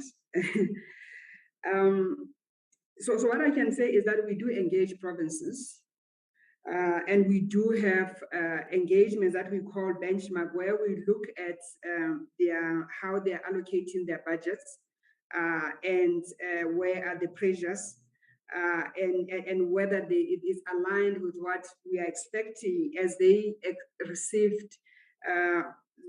more than 96% from national government. So I think their own revenue is about 3 to 4%. So most of the money they receive is from national government, and with the understanding of what they have to do. So so I think the issue of adequacy is probably a difficult question, because money is not enough. And I think if we had more money, we can spend more, even labor would demand more money, everybody would demand more. But we do believe that with what has been allocated, it has taken into account, particularly with the additions that have been made now, that have tried to restore some of the baseline erosion that encroached now on actually then being having to reduce the number of people or having to cut down on the goods and services. So we believe that these additions that have been made are actually responding to that pressure that we saw in the provincial budget. So what doesn't absolve the provinces is inefficiencies in terms of how they are then managing, their spending, and that ratio between non-personnel and personal spending. So there are provinces where you find that they really are spending more on personnel, and sometimes we think there are some inefficiencies in terms of how those personnels are being managed. And that is the part of what the provinces were assisting them to look at in terms of personnel management, to ensure that we have got the right size, the right people, and then paying them in the right way. So there would be some differences in terms of the ratios, of how much is spent to personnel and non-personnel between the provinces. But the allocations are meant to be equitable so that to enable them to respond to the challenges. So the management within them could be something that is a challenge that can make some differences that we may see. So the urbanization on all those, I think the team will respond on that. So in terms of consultants, I think there's been a lot of questions around whether the use of consultants, the short work of consultants, and that actually links to the issue of value for money, whether we are getting money for infrastructure. So I think what I can say here is that we are not also convinced that we are getting value for money for infrastructure. Hence, we keep on saying that the biggest problem of infrastructure, even though in terms of the allocation, it has not grown as much as we would have loved to, but even with what we have at the moment, it is actually that capacity and capability to actually spend that get manifested by underspending that we often see of infrastructure, but also in terms of the value for money, that when we go out and check, we do realize that actually we are not receiving value for money. In terms of costs, the projects will always cost much more than what they were actually tendered for infrastructure. The quality of some of those infrastructure, the location of some of those infrastructure is actually a problem. So I think this is the issues that we raise even at the national level with the whole effort, as you know, that there is a big effort through Infrastructure SA to improve the performance in infrastructure, to accelerate delivery. So what is actually appreciated is there is a challenge in terms of state capacity, and part of what they are trying to look at is to look at how actually do you enhance that. And that actually could mean that you're actually using more of the private sector, because the whole issue is about how you leverage that capacity that we don't have in government to deliver infrastructure. But how do you then ensure that they actually deliver value? And that depends on how you actually are managing this consultants. So in my view, the use of consultants in itself is not a problem if it is being used in the correct way and if they are being managed, because the state will never have all the skills to deliver this infrastructure that they have. But and that is where working with the private sector becomes quite important, and leverage the private sector. But the key here is, can we plan and define our needs? Can we manage them so that then they don't cost us way more in the public sector than when they deliver for the private sector? So I don't think it's an issue in itself. It's really about how we are managing, how we are also managing our own personnel, so that we don't have a huge number of people while we are also using the private sector, for instance, to deliver some of these services. So that balance is still a challenge, and I think it's something that we continuously also raise with the municipalities in this case when we look at their budgets. So do we take into account the capability to allocate resources? You know, this is one thing, and maybe here I would also respond to the question that Honorable Chair asked in terms of the difference between direct and indirect grants and whether conditional grants are national, functions, so to speak. So I think what I want to say here is that national conditional grants are really part of the national government, national departments' tools to be able to influence and performance within their sectors. So they define the policy that drives those conditional grants, and they also define, even in terms of the allocation criteria. And the decision of whether it's direct and indirect is also coming from them. And we don't necessarily like these indirect grants because they do also have some implications in terms of distortion on the powers and functions, because the spheres will still have to own the infrastructure that gets delivered by another sphere of government in the case of indirect grant. But we have allowed that because of the issues of capability. Because the national departments will say, like now COGTA wants to introduce indirect grant in MIG, because they are saying we can see the problem in some of these municipalities. They don't have capabilities, but people are not getting resources. Because what we do as Treasury, if you are not delivering, we take back the money. You know, if you're underspending, you have to return the money to the fiscus, right? So, but the department that is responsible for the function has got to make sure that delivery takes place. And they then have to make a determination in terms of how do you support capacity. So part of what we have also tried to entrench in the grants is that you don't only just look at indirect grants, you also need to look at how are you actually supporting them to build their own capacity, so that it's not like forever and ever you're doing this. So that is why we also have MISA, which is Municipal Infrastructure Support Agency, that is really meant to be supporting, enabling COGTA to support a municipality to deliver infrastructure. So I think from where we sit, in terms of the mechanisms and the financing, we believe that we are providing quite a huge amount of enablement. So it all depends on the sectors themselves and how they are managing the conditional grants to be able to ensure that we're actually getting value for money. So the issues of IPS, TS, I think the team will help me there. So I've already answered. Chairperson? It was about conditional grant. What about a direct grant? Yes, so direct grants is the same. So that's why I was saying that direct grants get allocated to departments, they then allocate to municipalities or national or provinces. So then they become appropriated in those municipalities and provinces. So they have got to account for them in their books. But they still have to report back to the national departments in terms of how much they are spending and how they are performing. So indirect grants are allocated and appropriated in the national departments. So we only show for transparency how much the province or the local government will benefit. But the department is actually responsible for implementing that grant on behalf of the municipality. So that's the difference. Whereas direct grants, municipality or province have got to make sure that they budget for it, they execute the program, and they report and account for it. Okay. Yes, so I think I've addressed the issue of Honorable Kaiso on whether we have confidence in terms of returns on investment, that there is a challenge. We don't. We are concerned about that.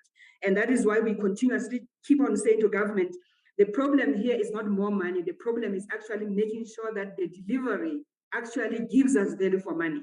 And there are a lot of evidence to be able to show that to be the case.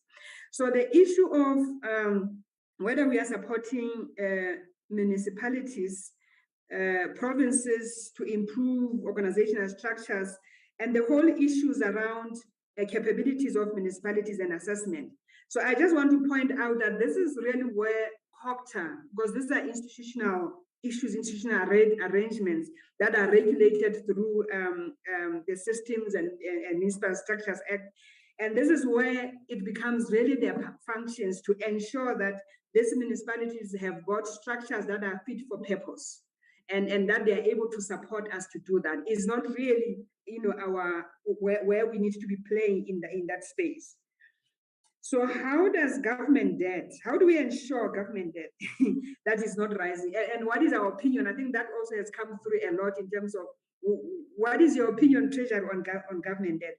And I must point out that we are going to be releasing the Section 71 report for 6 months into the year of municipalities. And what we are seeing there is that government debt has actually grown to almost 20 billion. And surely that is not correct, right? And it's something that we are saying it's not correct. Now, and when you look at the debt also, you will see that even the businesses are owing. So the people that should be paying, municipalities are not ensuring that they are paying. And what we have said to municipalities is that municipalities, as Treasury, we cannot be your debt collectors. It cannot work that we can be running around departments in the province and national government and saying, pay this, pay this. You need to implement your credit control, the business that doesn't pay. Why are you not dealing with the departments that don't pay? If it's a hospital, why are you not going to the regional office to make sure that they pay? So I do think that the problem is that there has been too much politicization of the credit control policies, and then at the end of the day, they remain like they're helpless, and yet, truly speaking, they're not helpless. Enable that they have to be self-correct, and those sit with municipalities. Hence, we do think China was doing well. We do think that it was doing well in terms of going out there to say, let's apply this.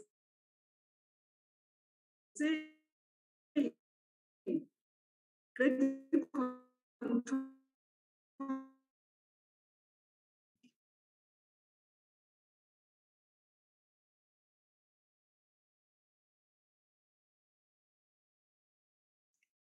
Mary Jane.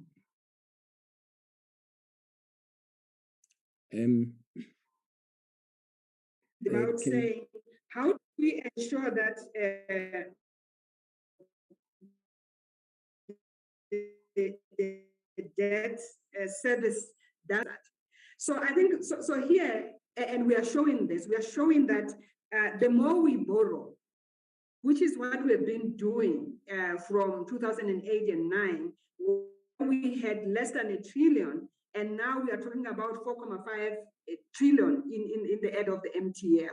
And that means the more we borrow, the more we are actually increasing the cost of servicing.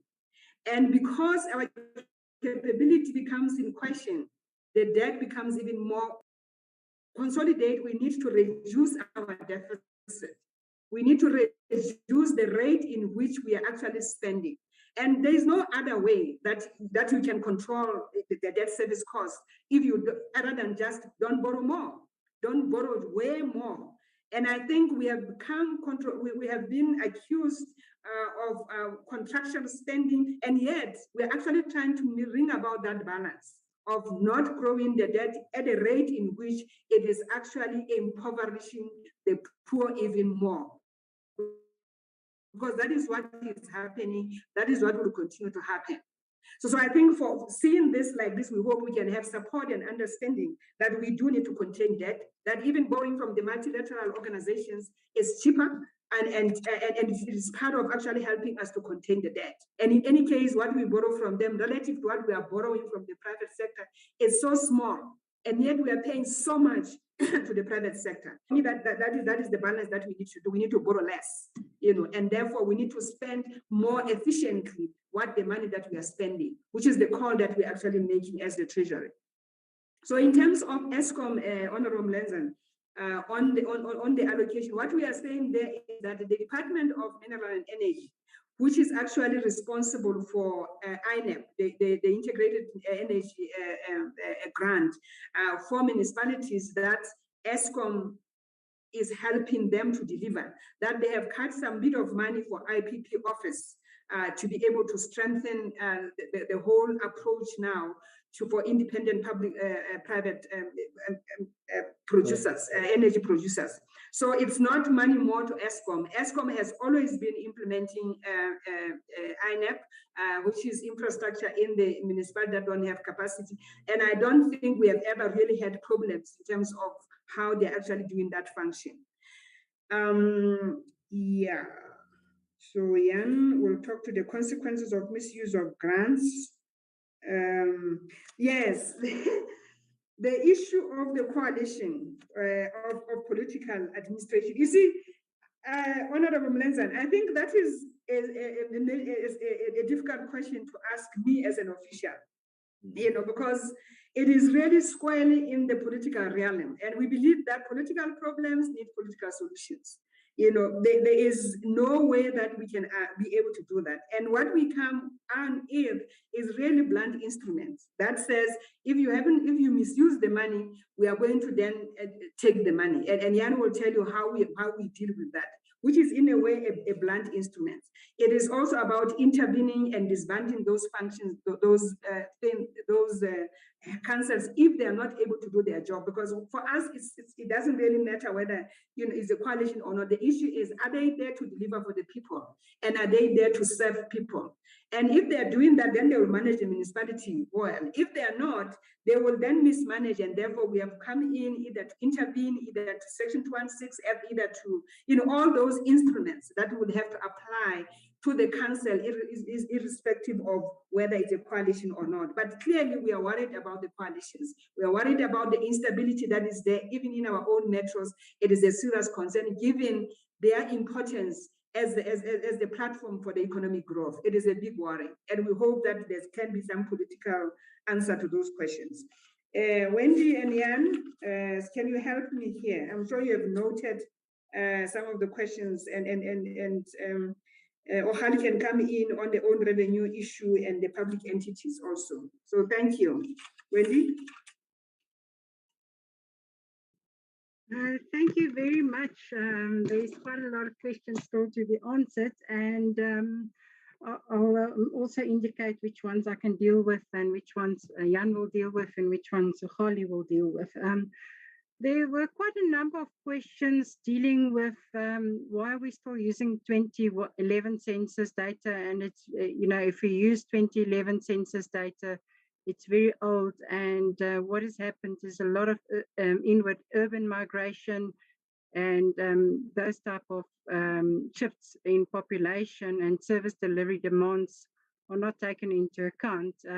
The reality is that both with regard to the provincial equitable share and the local government equitable share, that we use very limited 2011 census data.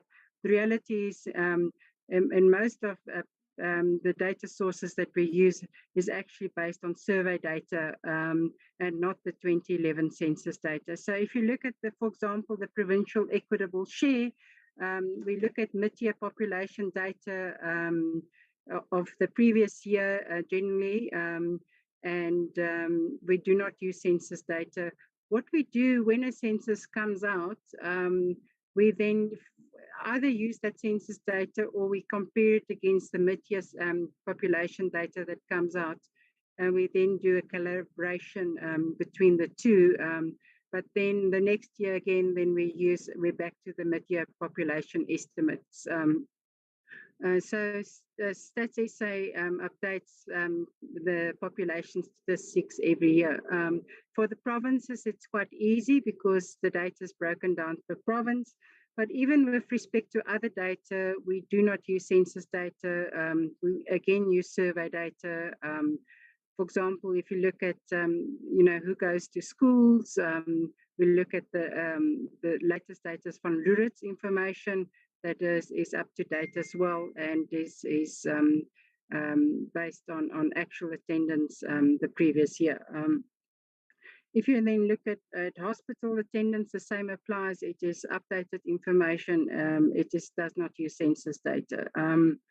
If you look at the economic activity component, again, it used data that's 2 years old because there's a bit of a lag time there. If you look at the poverty indicator, again, it is not based on census data. So in the provincial equitable share, there's very little data that's used that's actually 2011 census. So we do try to use the most reliable, up-to-date data that is available. And that is the principle that underpins both the provincial equitable share and the local government equitable share. If I can then go to local government equitable share, the same applies.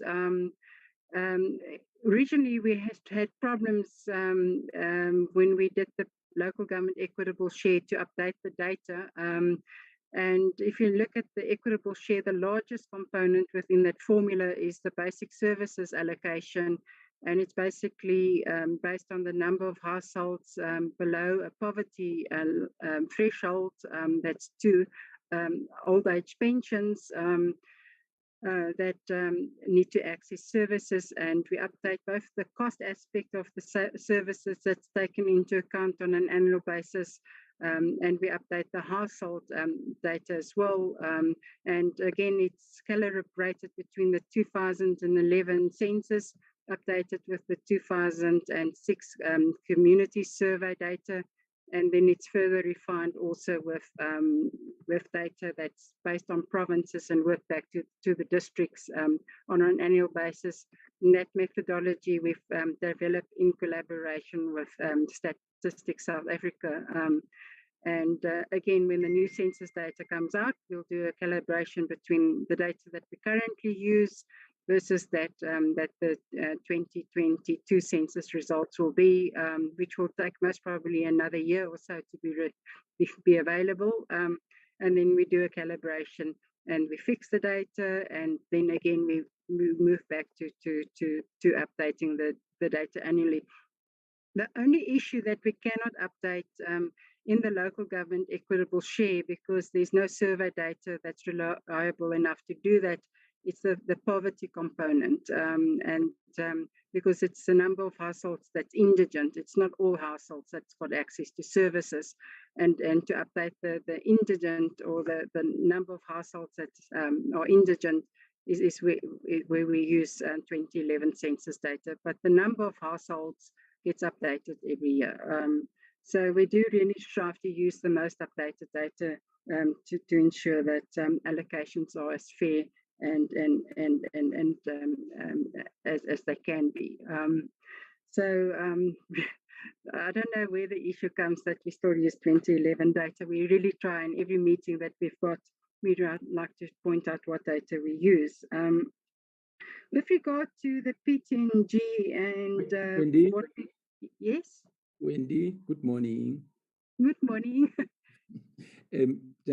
Just while you are still on that one, I think you have explained that all the data you're using, you try to update and so on. But this one of indigent, it's important that if you use 2011 numbers, that may be problematic. Is there no way of using some statistics to extrapolate what would have happened rather than relying on the static number of 2011 as far as indigents are concerned? If you get what I'm saying. Yes, no, I definitely do get the question. The problem is even census data is very difficult to measure poverty. The measurement of poverty is very, very difficult. And that is why you cannot use survey data because you cannot, like for households, work it back and then try to determine what it is. The answer to that question would have been quite easy pre-COVID, but most probably post-COVID, the question becomes more difficult to answer because if you look at, say, 2011 census and the poverty that we had then, and you generally the poverty levels declined then after that. So you actually favor municipalities where you overcount the number of poor households within municipalities. But we do know, again, with the economic decline and post-COVID, that poverty again deepened in the country, and how it will impact on the poverty numbers is an issue that is quite key to the question. But unfortunately, that issue is we cannot use survey data. It is something that Stats SA is also fully aware of, and we're all working with them. And they're also getting smarter with statistical methodologies. And as soon as they get a methodology that can work, to update it on a more frequent basis, we'll definitely do that.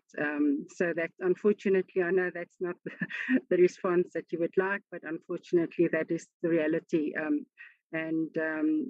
Even on the provincial side, it is something that we will explore. How can we best measure poverty? And in the review of the provincial equitable share formula, there's a poverty component, and we'll also look at how we currently measure it and whether there's better methodologies out there to measure poverty. So thank you for that question. It's definitely a very relevant one and something that is quite key. And then with regard to the infrastructure projects and ensuring that the infrastructure does not decline because the PTNG grants have been stopped to a number of municipalities, I'll ask Letsepa to come in with that question. Then with regard to the baseline and versus performance and the fiscal dumping, if Ugali and Jan can come in here, because they're the ones that monitor the performance on conditional grants. Then with regard to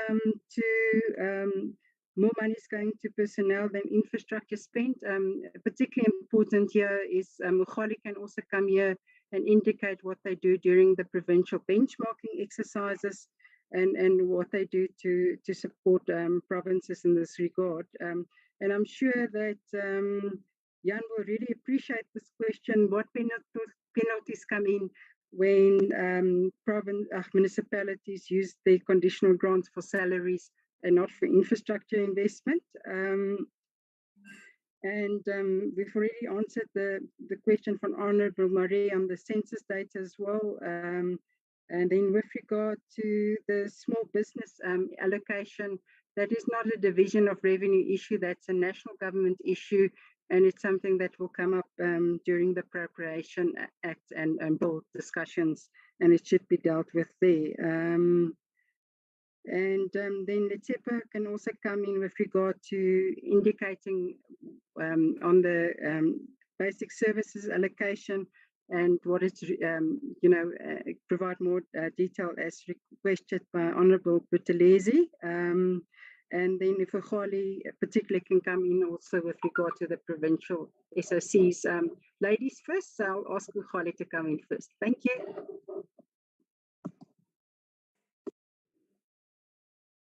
Okay, thank you, Honorable Chair, and thank you, members. To start with the question from Honorable Peters about whether provinces still pick up hospital fees, yes, indeed. It's one of, I would say, health's main revenue source. But in terms of the provincial own revenue, hospital patient fees at this point in time, they just constitute 7% of the total provincial own revenue. For example, in the current financial year, we do have a provincial own revenue adjusted budget of 20.7 billion. So of that, 1.4 billion is from own revenue or patient fees. And if you look at the performance up to this point, we see that actually they're not performing like we look at performances at the end of third quarter. They've only collected 55% because they do have challenges with regards to, for example, collecting from RAF. You find that, as you know, that RAF has challenges with liquidity.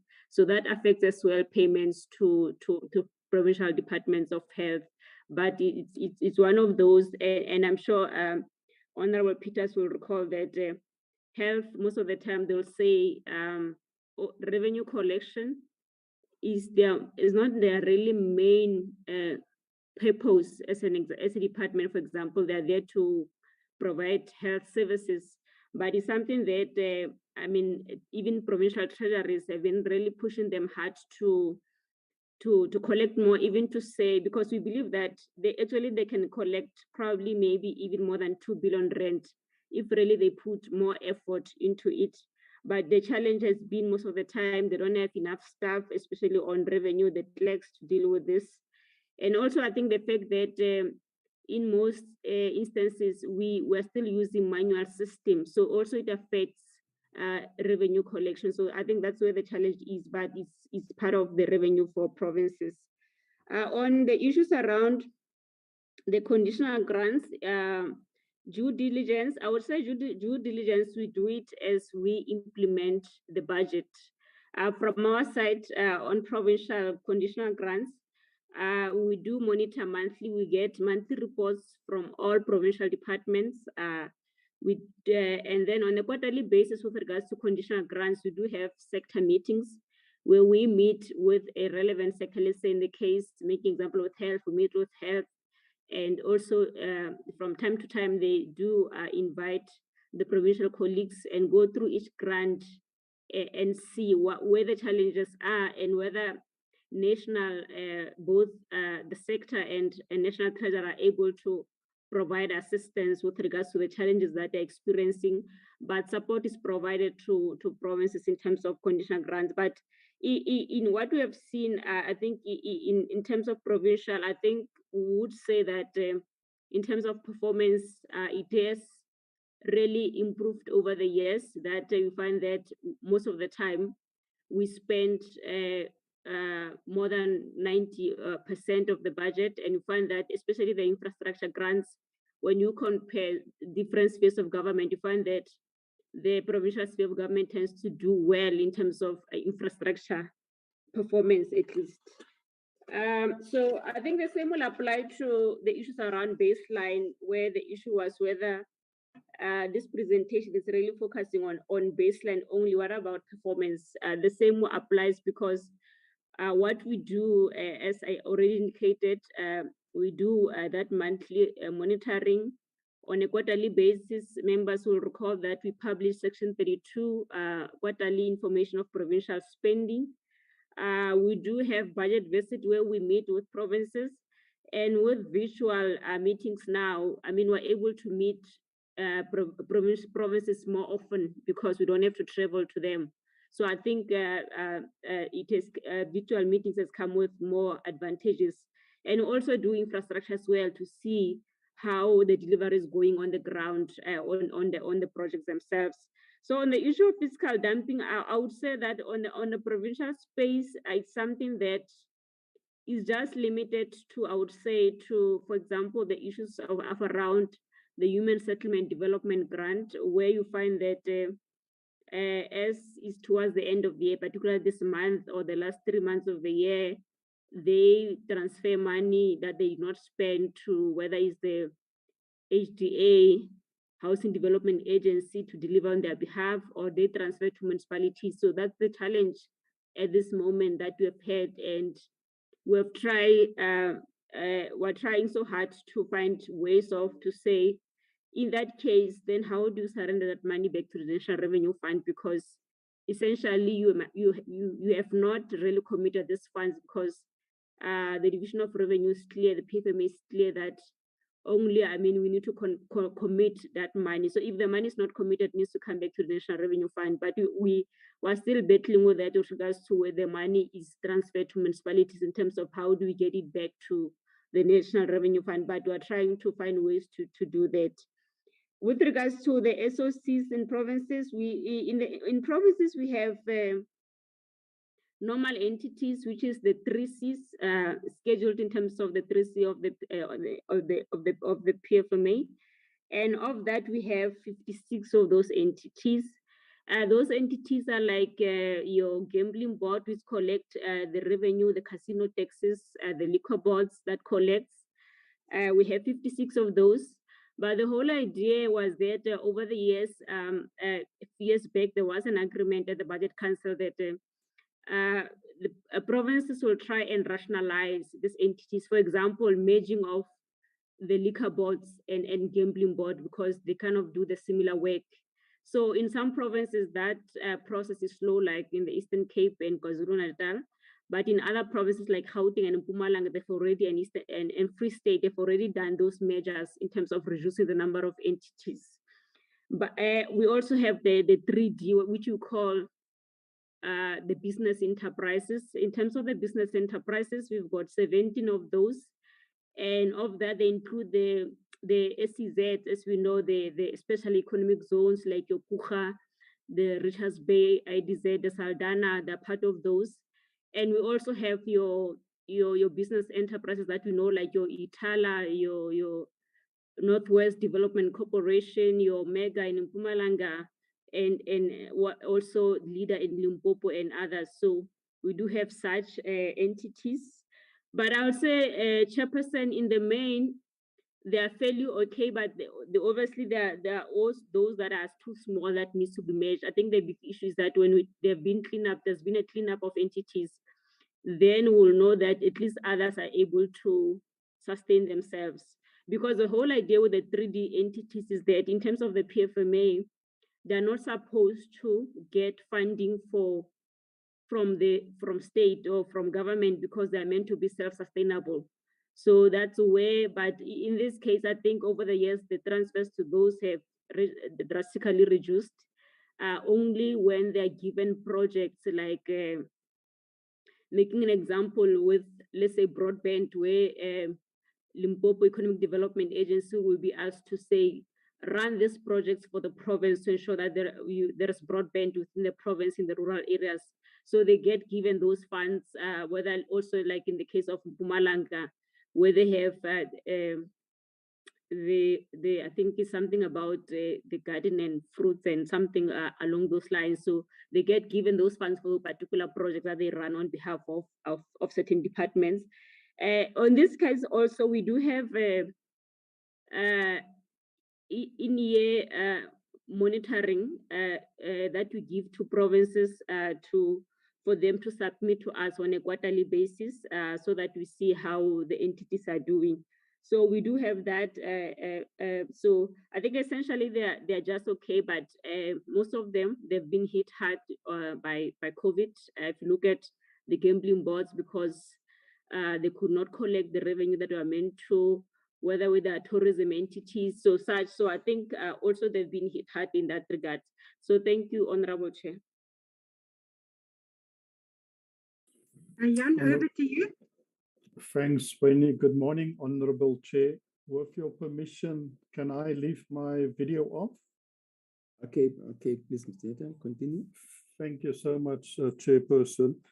So just to add to what Marijenga said on consultants, I think the honourable members are aware that the National Treasury has issued the cost containment regulations that then is applicable to national, provincial and municipalities. The point is, in reality, we do engage with municipalities on the numbers when they report us and when they meet with us.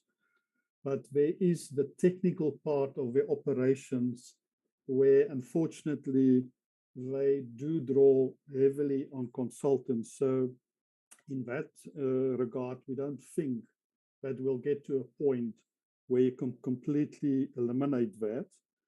The second point is, Chair, on the organizational structures, Marijenga is correct.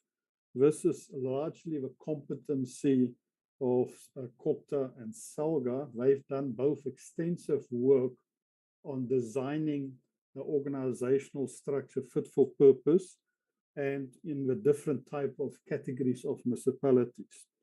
What we did observe in many of our budget assessments, that the organizational structure is bloated, and as a result, not a lot of money go to core services. And Chair, in our norms and standards that we've issued in terms of Circular 71, there's a ratio that we ask municipalities to try and adhere to at all costs. The National Treasury Chair has done extensive work on the Budget and Treasury Office This is where the CFO and its finance team is located. And that work will soon be issued to the municipalities to assist them to get uniformity, but also to get that service beefed up. Because if you do not have a proper finance department with capable people that can assist you with your budget and your monitoring and your implementation, then you actually weaken yourself as an institution. Chairperson, the point about the indigent register, this is a very interesting question, observation. The equitable share that has been referred to on slide 20, that money has been set aside to subsidize services to the poorest of the poor.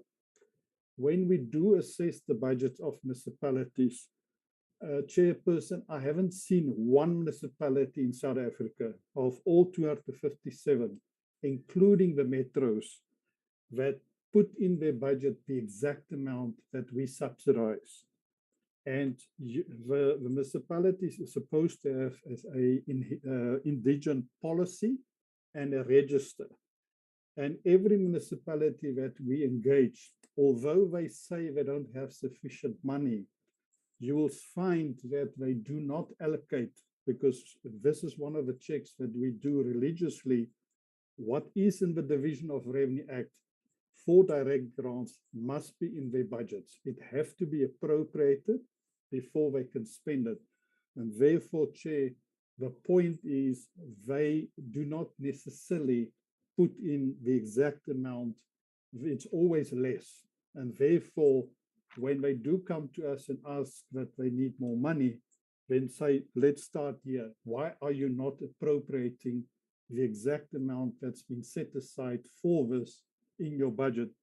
Historically, Chair, we couldn't monitor this, but because of the reforms that we have facilitated with regard to the MSCOA reform, we can now start to track that. So that if there's 100 Rand in the Division of Revenue Act for the equitable share, then in the budget there needs to be 100 Rand. And going forward, we should be in a position, Chair, if this reform gets to its logical conclusion, where we can actually see to the cent what municipalities do use the money on. Chair, as far as the debtors number that Marajeng has referred to, that we're about to release the second quarter results. Now, this is an important point. The way the MFMA and the PFMA is designed, the first line of accountability is always with the department, but with the province or the municipality.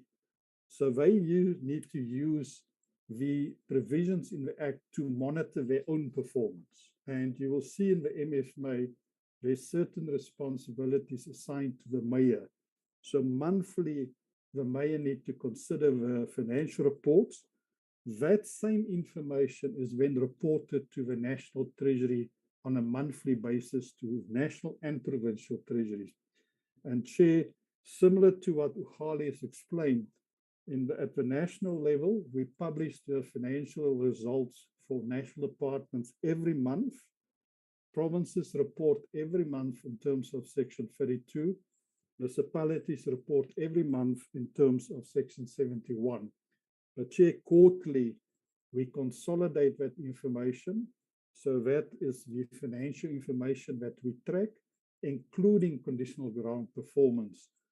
And Chair, that information we publish religiously on our website, and it's there for the public, but it's also there for this House to then engage with. And Chair, if there's a need where we need to explain this to the committee, so be it, because we will be quite happy to do that.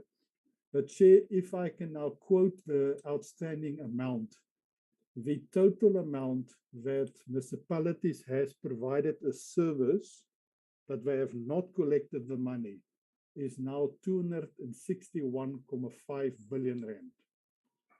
Of that, organs of state, as Marajeng indicated, which means national departments, provincial departments, and other institutions, is 19.6 billion rand, or 7.5%. The number should be a zero, Chairperson. The second number is business. It's currently standing at 54.2 billion rand, or 20.7%. It needs to be a zero.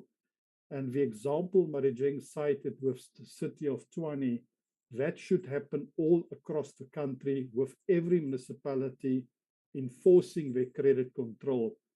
Unfortunately, Chair, the hard reality is leading up to the elections. This is where we see strange behaviors. And let me not put myself in an awkward position to explain the reason for that, but the members know what happened politically in the lead up to elections. The household share is 182.4 billion rand, which is 69.7%. So, Chair, of the 261.5 billion, 41.6 is within the 30 to 60-day period. So that is not a concern. But the effort municipalities must put in is to collect the historically amounts. And this is where there's a political oversight committee, and there's the committee that the president chair to a deputy president chair to assist us to deal with the ESCOM historical debt as well as water boards. Chairperson, we do issue 2 budget circulars every year to guide municipalities when they prepare their budgets. The first one is early December, and normally a week after the national budget, we issue the second one. So I would really encourage the members, it's on our website, to read our circulars.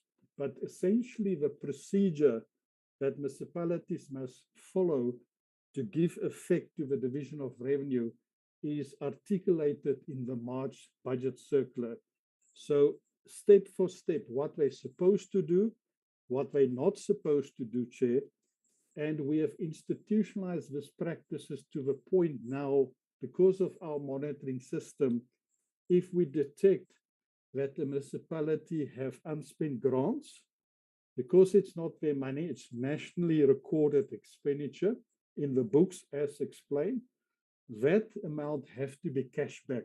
So there needs to be, if we transfer 100 Rand and you've spent 80 Rand, then there must be 20 Rand in the bank.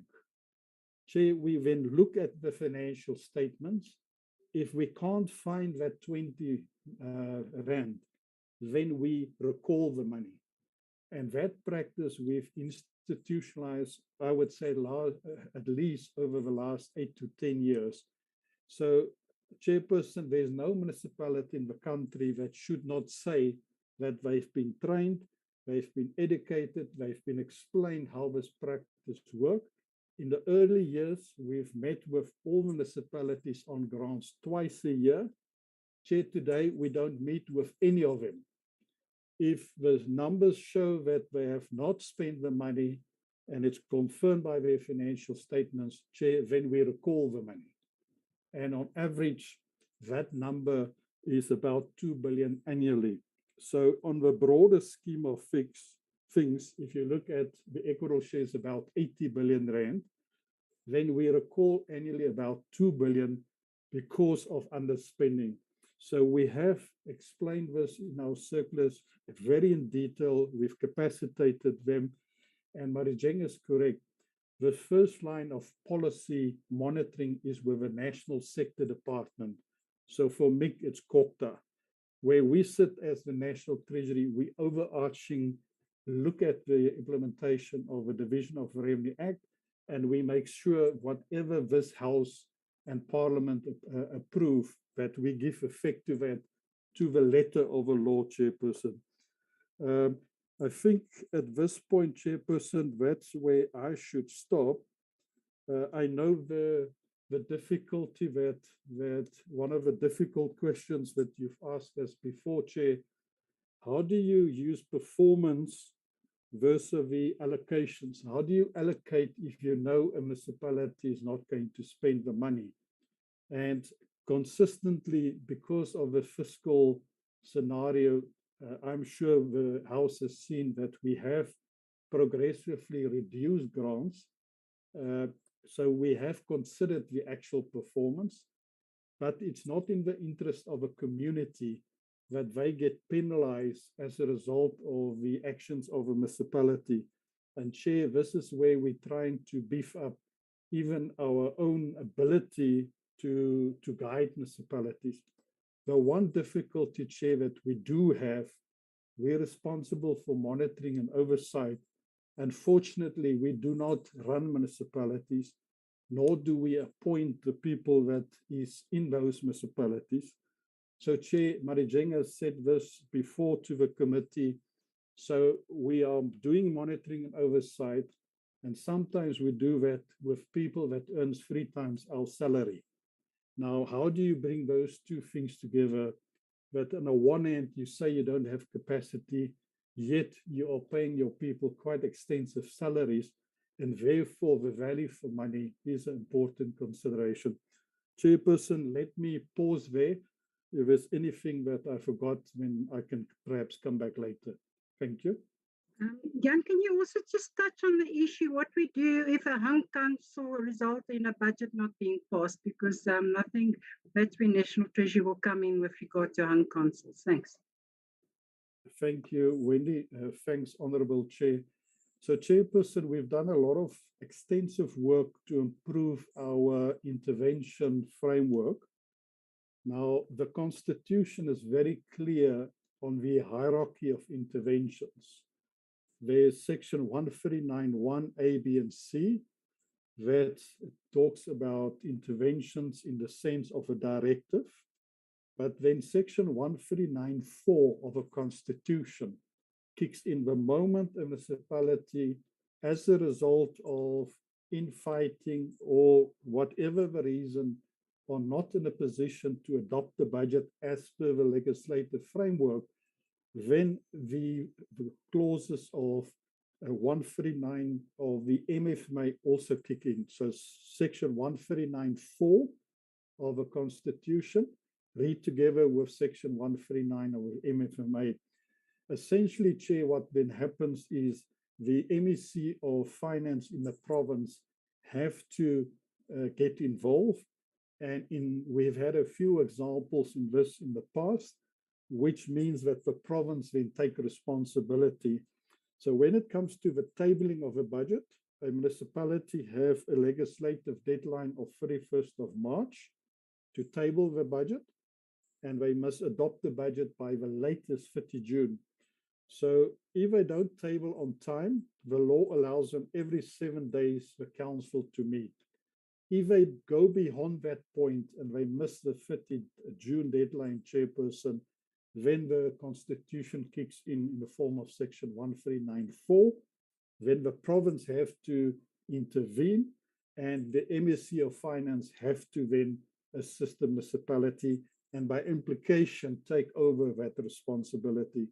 Chairperson, the whole intervention work that we've done is we've done quite substantial work, and perhaps in the future at a point we can also share that with the committee.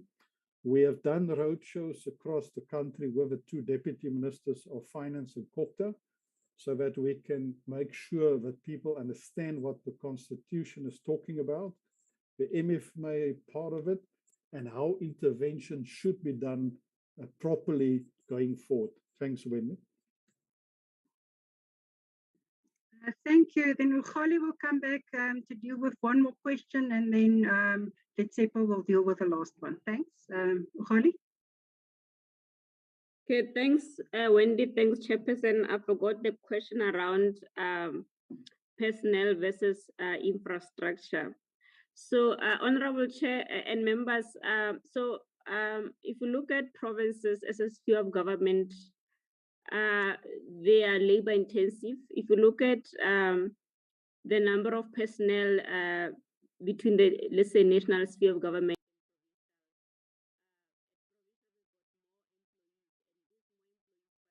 majority are teachers.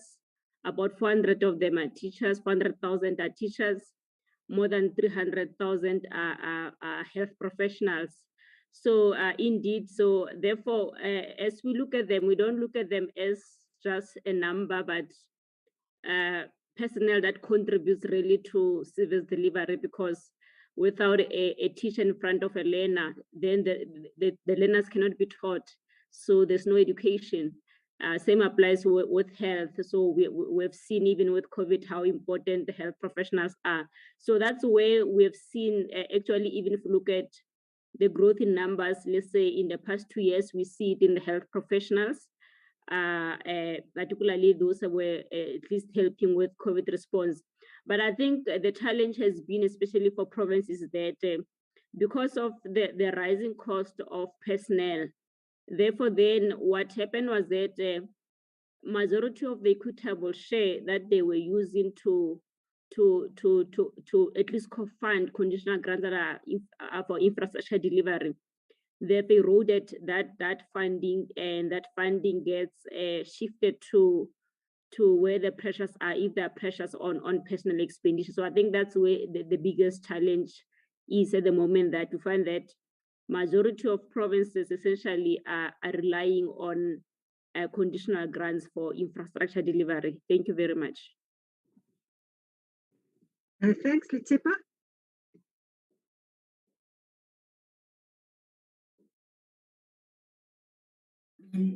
Thanks, Wendy, and thanks to the honorable members. Honorable members, Jan has dealt with the question on how funds intended to support the basic services to households are not always used for those purposes. I think I just want to add a little bit on that in terms of just providing some detail based on the non-financial census data that was released, I think it was early April last year in 2021, which really showed an underwhelming coverage, really, just that, and that's the data that is reported by municipalities, by the way, to say, of the 10.2 million indigent households that we fund from the formula, municipalities have only reported a coverage of 21.8%. And I think that's really just speaks to the issue we have here, that even though we do increase this funding to local government, but at that level, the level of prioritization, is one that needs to be really looked at. And the second issue, perhaps I wanna also make, is that even the costing, so the costs that have been reported by municipalities that they have incurred, in providing this basic services is much lower than what we currently provide for in the equitable share. In fact, it's only electricity where the spending is a bit higher, and even there it's a mere 65%. So you can imagine if the highest is 65%, what the lowest is there. An indication again that our cost factors that are affected in the formula to inform the allocations, cannot be questioned on those bases, as municipalities are spending quite lower to provide these services. But serious questions have to be asked around the coverage there. Wendy, I will ask Bongani to then respond to the question on PTNG, the last question from our side. Thank you. Thanks, Bongani. Over to you. Okay, thanks. And once again, good morning, Chairperson and honorable members. So in terms of responding to the public transport network grant question, the question that was raised was around the incomplete infrastructure for suspended cities.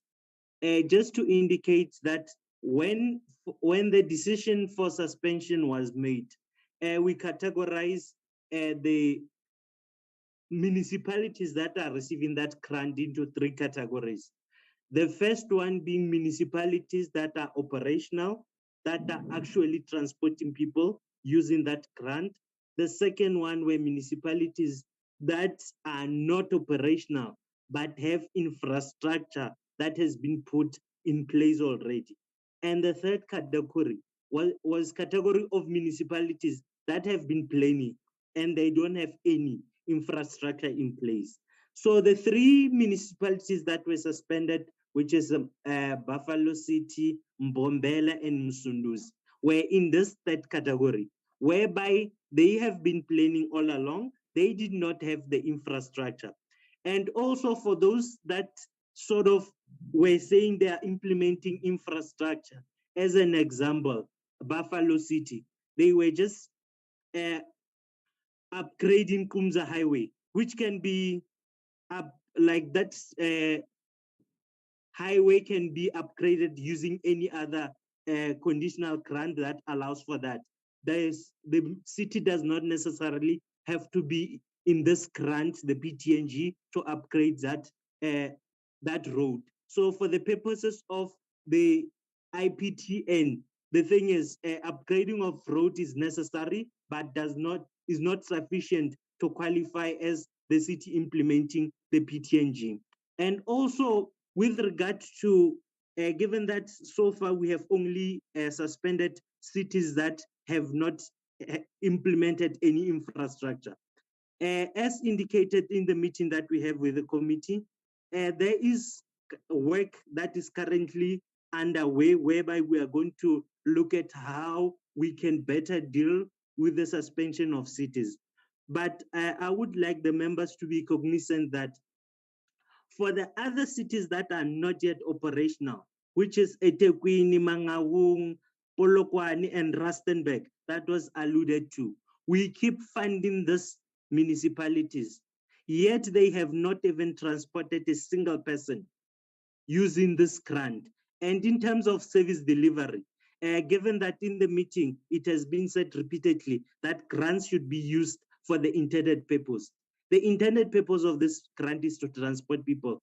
So if we keep funding municipalities, yet they're not using the grant for the intended purpose, which in my view, this is transporting people, then we should be making a decision as government whether in terms of if they have infrastructure already in place, we continue funding them in perpetuity, or we have to, as indicated, there is work underway, find a mechanism, even if there is an infrastructure on the way, if a city needs to be suspended, we suspend it from this grant because it's not doing what it's supposed to. Currently, that money is paying for the consultants. That in this meeting, it has been raised sharply that that is not acceptable because they are not using that money for the operation of transporting people. And also it should be noted that when a city is being suspended, we make funding available so that they can wrap up whatever projects that are outstanding. So the National Department of Transport, together with the affected municipalities, would sit and identify projects that needs to be wrapped up in order to facilitate for the city to be suspended from the grant, while there are other mechanisms that are going to be put in place as to how those municipalities are going to come back into this grant. So just to answer like simply and straightforward, those municipalities that have been suspended so far did not have any infrastructure that was done for the implementation of the IPTN that is affected. Thanks, Chairperson and honorable members. Thank you, Chairperson. We're done. Thanks. Yeah, okay. Thank you. Through you, Chair. Yes, Honorable Vice. Yes, I can see that folded fist of Mr. Bongani means business. I just wanted to, maybe with the same vigor, on the 200 billion allocated for small business. I didn't hear anything on it as to how does the Honorable Kaiso? Yes, Chair. Sorry, let me interrupt you. I think when they came in and said that will come with the appropriations bill. Okay, Chair. Yeah, I think that's there. They did respond to it. just hold with that question when we deal with them appropriations. Let's get to it. Okay. Any other thing, Honorable Kaiso? Kaiso. No, I'm covered, Chair. I'm covered, Chair. Okay. Thank you. Before I let Team National Treasury go, Madijeng, please just talk to the nominal versus real increase that you spoke about, please, the increases that you are having. Yes, Honorable Chair, the increases that we are reflecting are increases in real terms, so which means it's above inflation increases. So that's what we are using in terms of the numbers. Yeah, thank you, Madijeng. I'll tell you why I'm asking. I've been hearing this. Oh, only 1%. You see, so it's important that we stress that one. Okay. Honorable members, I think that brings us to the end of the presentations by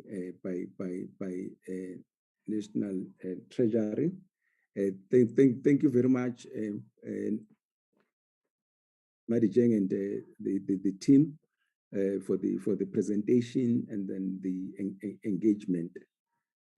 As you know that, especially when we deal with local government, it's a very important sphere of government, and this committee has taken keen interest as to what is happening at that level, because if we don't get it right there as government, our service delivery and the monies that we appropriate here won't have their desired outcomes as far as inequality, poverty, and employment creation are concerned.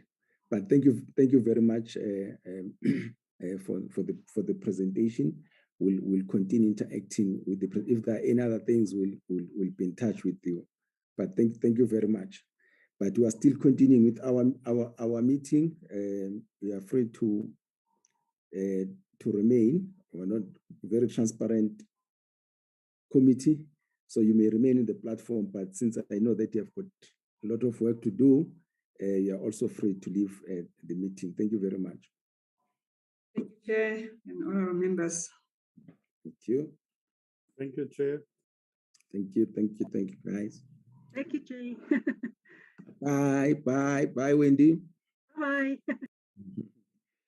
Okay, honorable members, can we go to agenda item number 5? The minutes of the meeting of the 15th of February 2022, they were sent to us. Can I have a mover for the adoption of the minutes of the 15th of February? Honorable Matafa, I move, Chair. Seconder? Kaiso. Honorable Kaiso seconds. Matafa moves. The minutes of the 15th of February duly adopted. Can we look at the minutes of the 16th of Feb?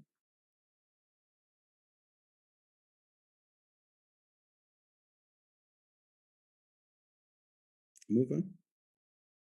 Mlenzana moves. Honorable Mlenzana moves. Yeah, clean network, Honorable Mlenzana, when you move minutes. Yeah. I've been moving all around this house.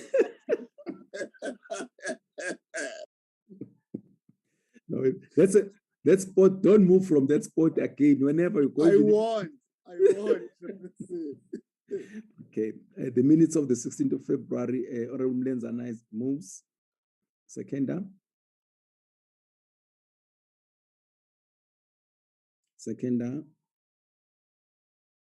I second, Chair. Matafa.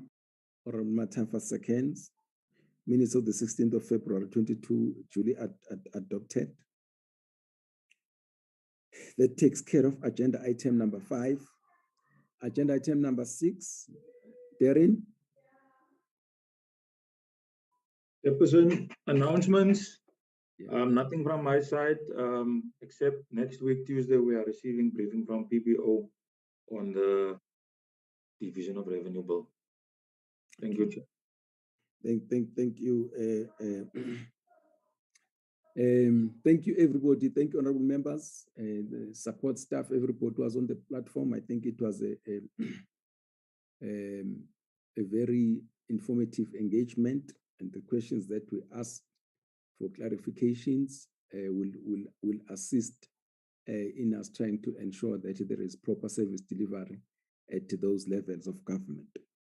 This takes us to the end of today's meeting. Thank you. Thank you, Chair. Very much, Chair.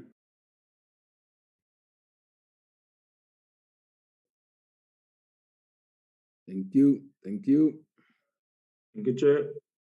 Yeah, pheli umhlangano manje. Hayi, sale kahle sihlala. Oh, Thank kunjani? you, Chair. Enjoy the afternoon. Okay, thank you. Thank you, guys. Have a good afternoon, all of you.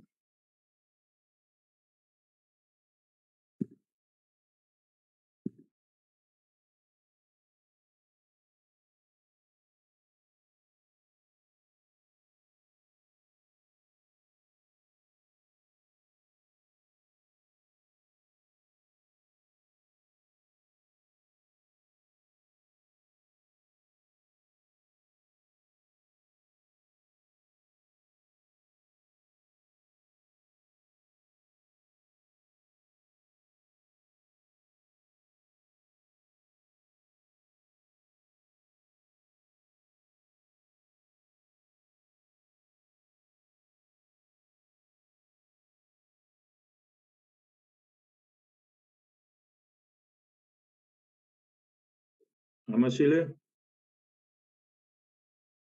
Darren. Yes. Did you see the notice from the message from Mr. Kaiso? No, let me check. Check there in the chat. Okay. Ms. Digale did apologize. Oh, Mr. Khalene. Yeah. All right. Oh, yeah. Now I can see this one. Okay. No, thank you so much, my brother. I appreciate it. I will note it. Sure. Sharp, Darren.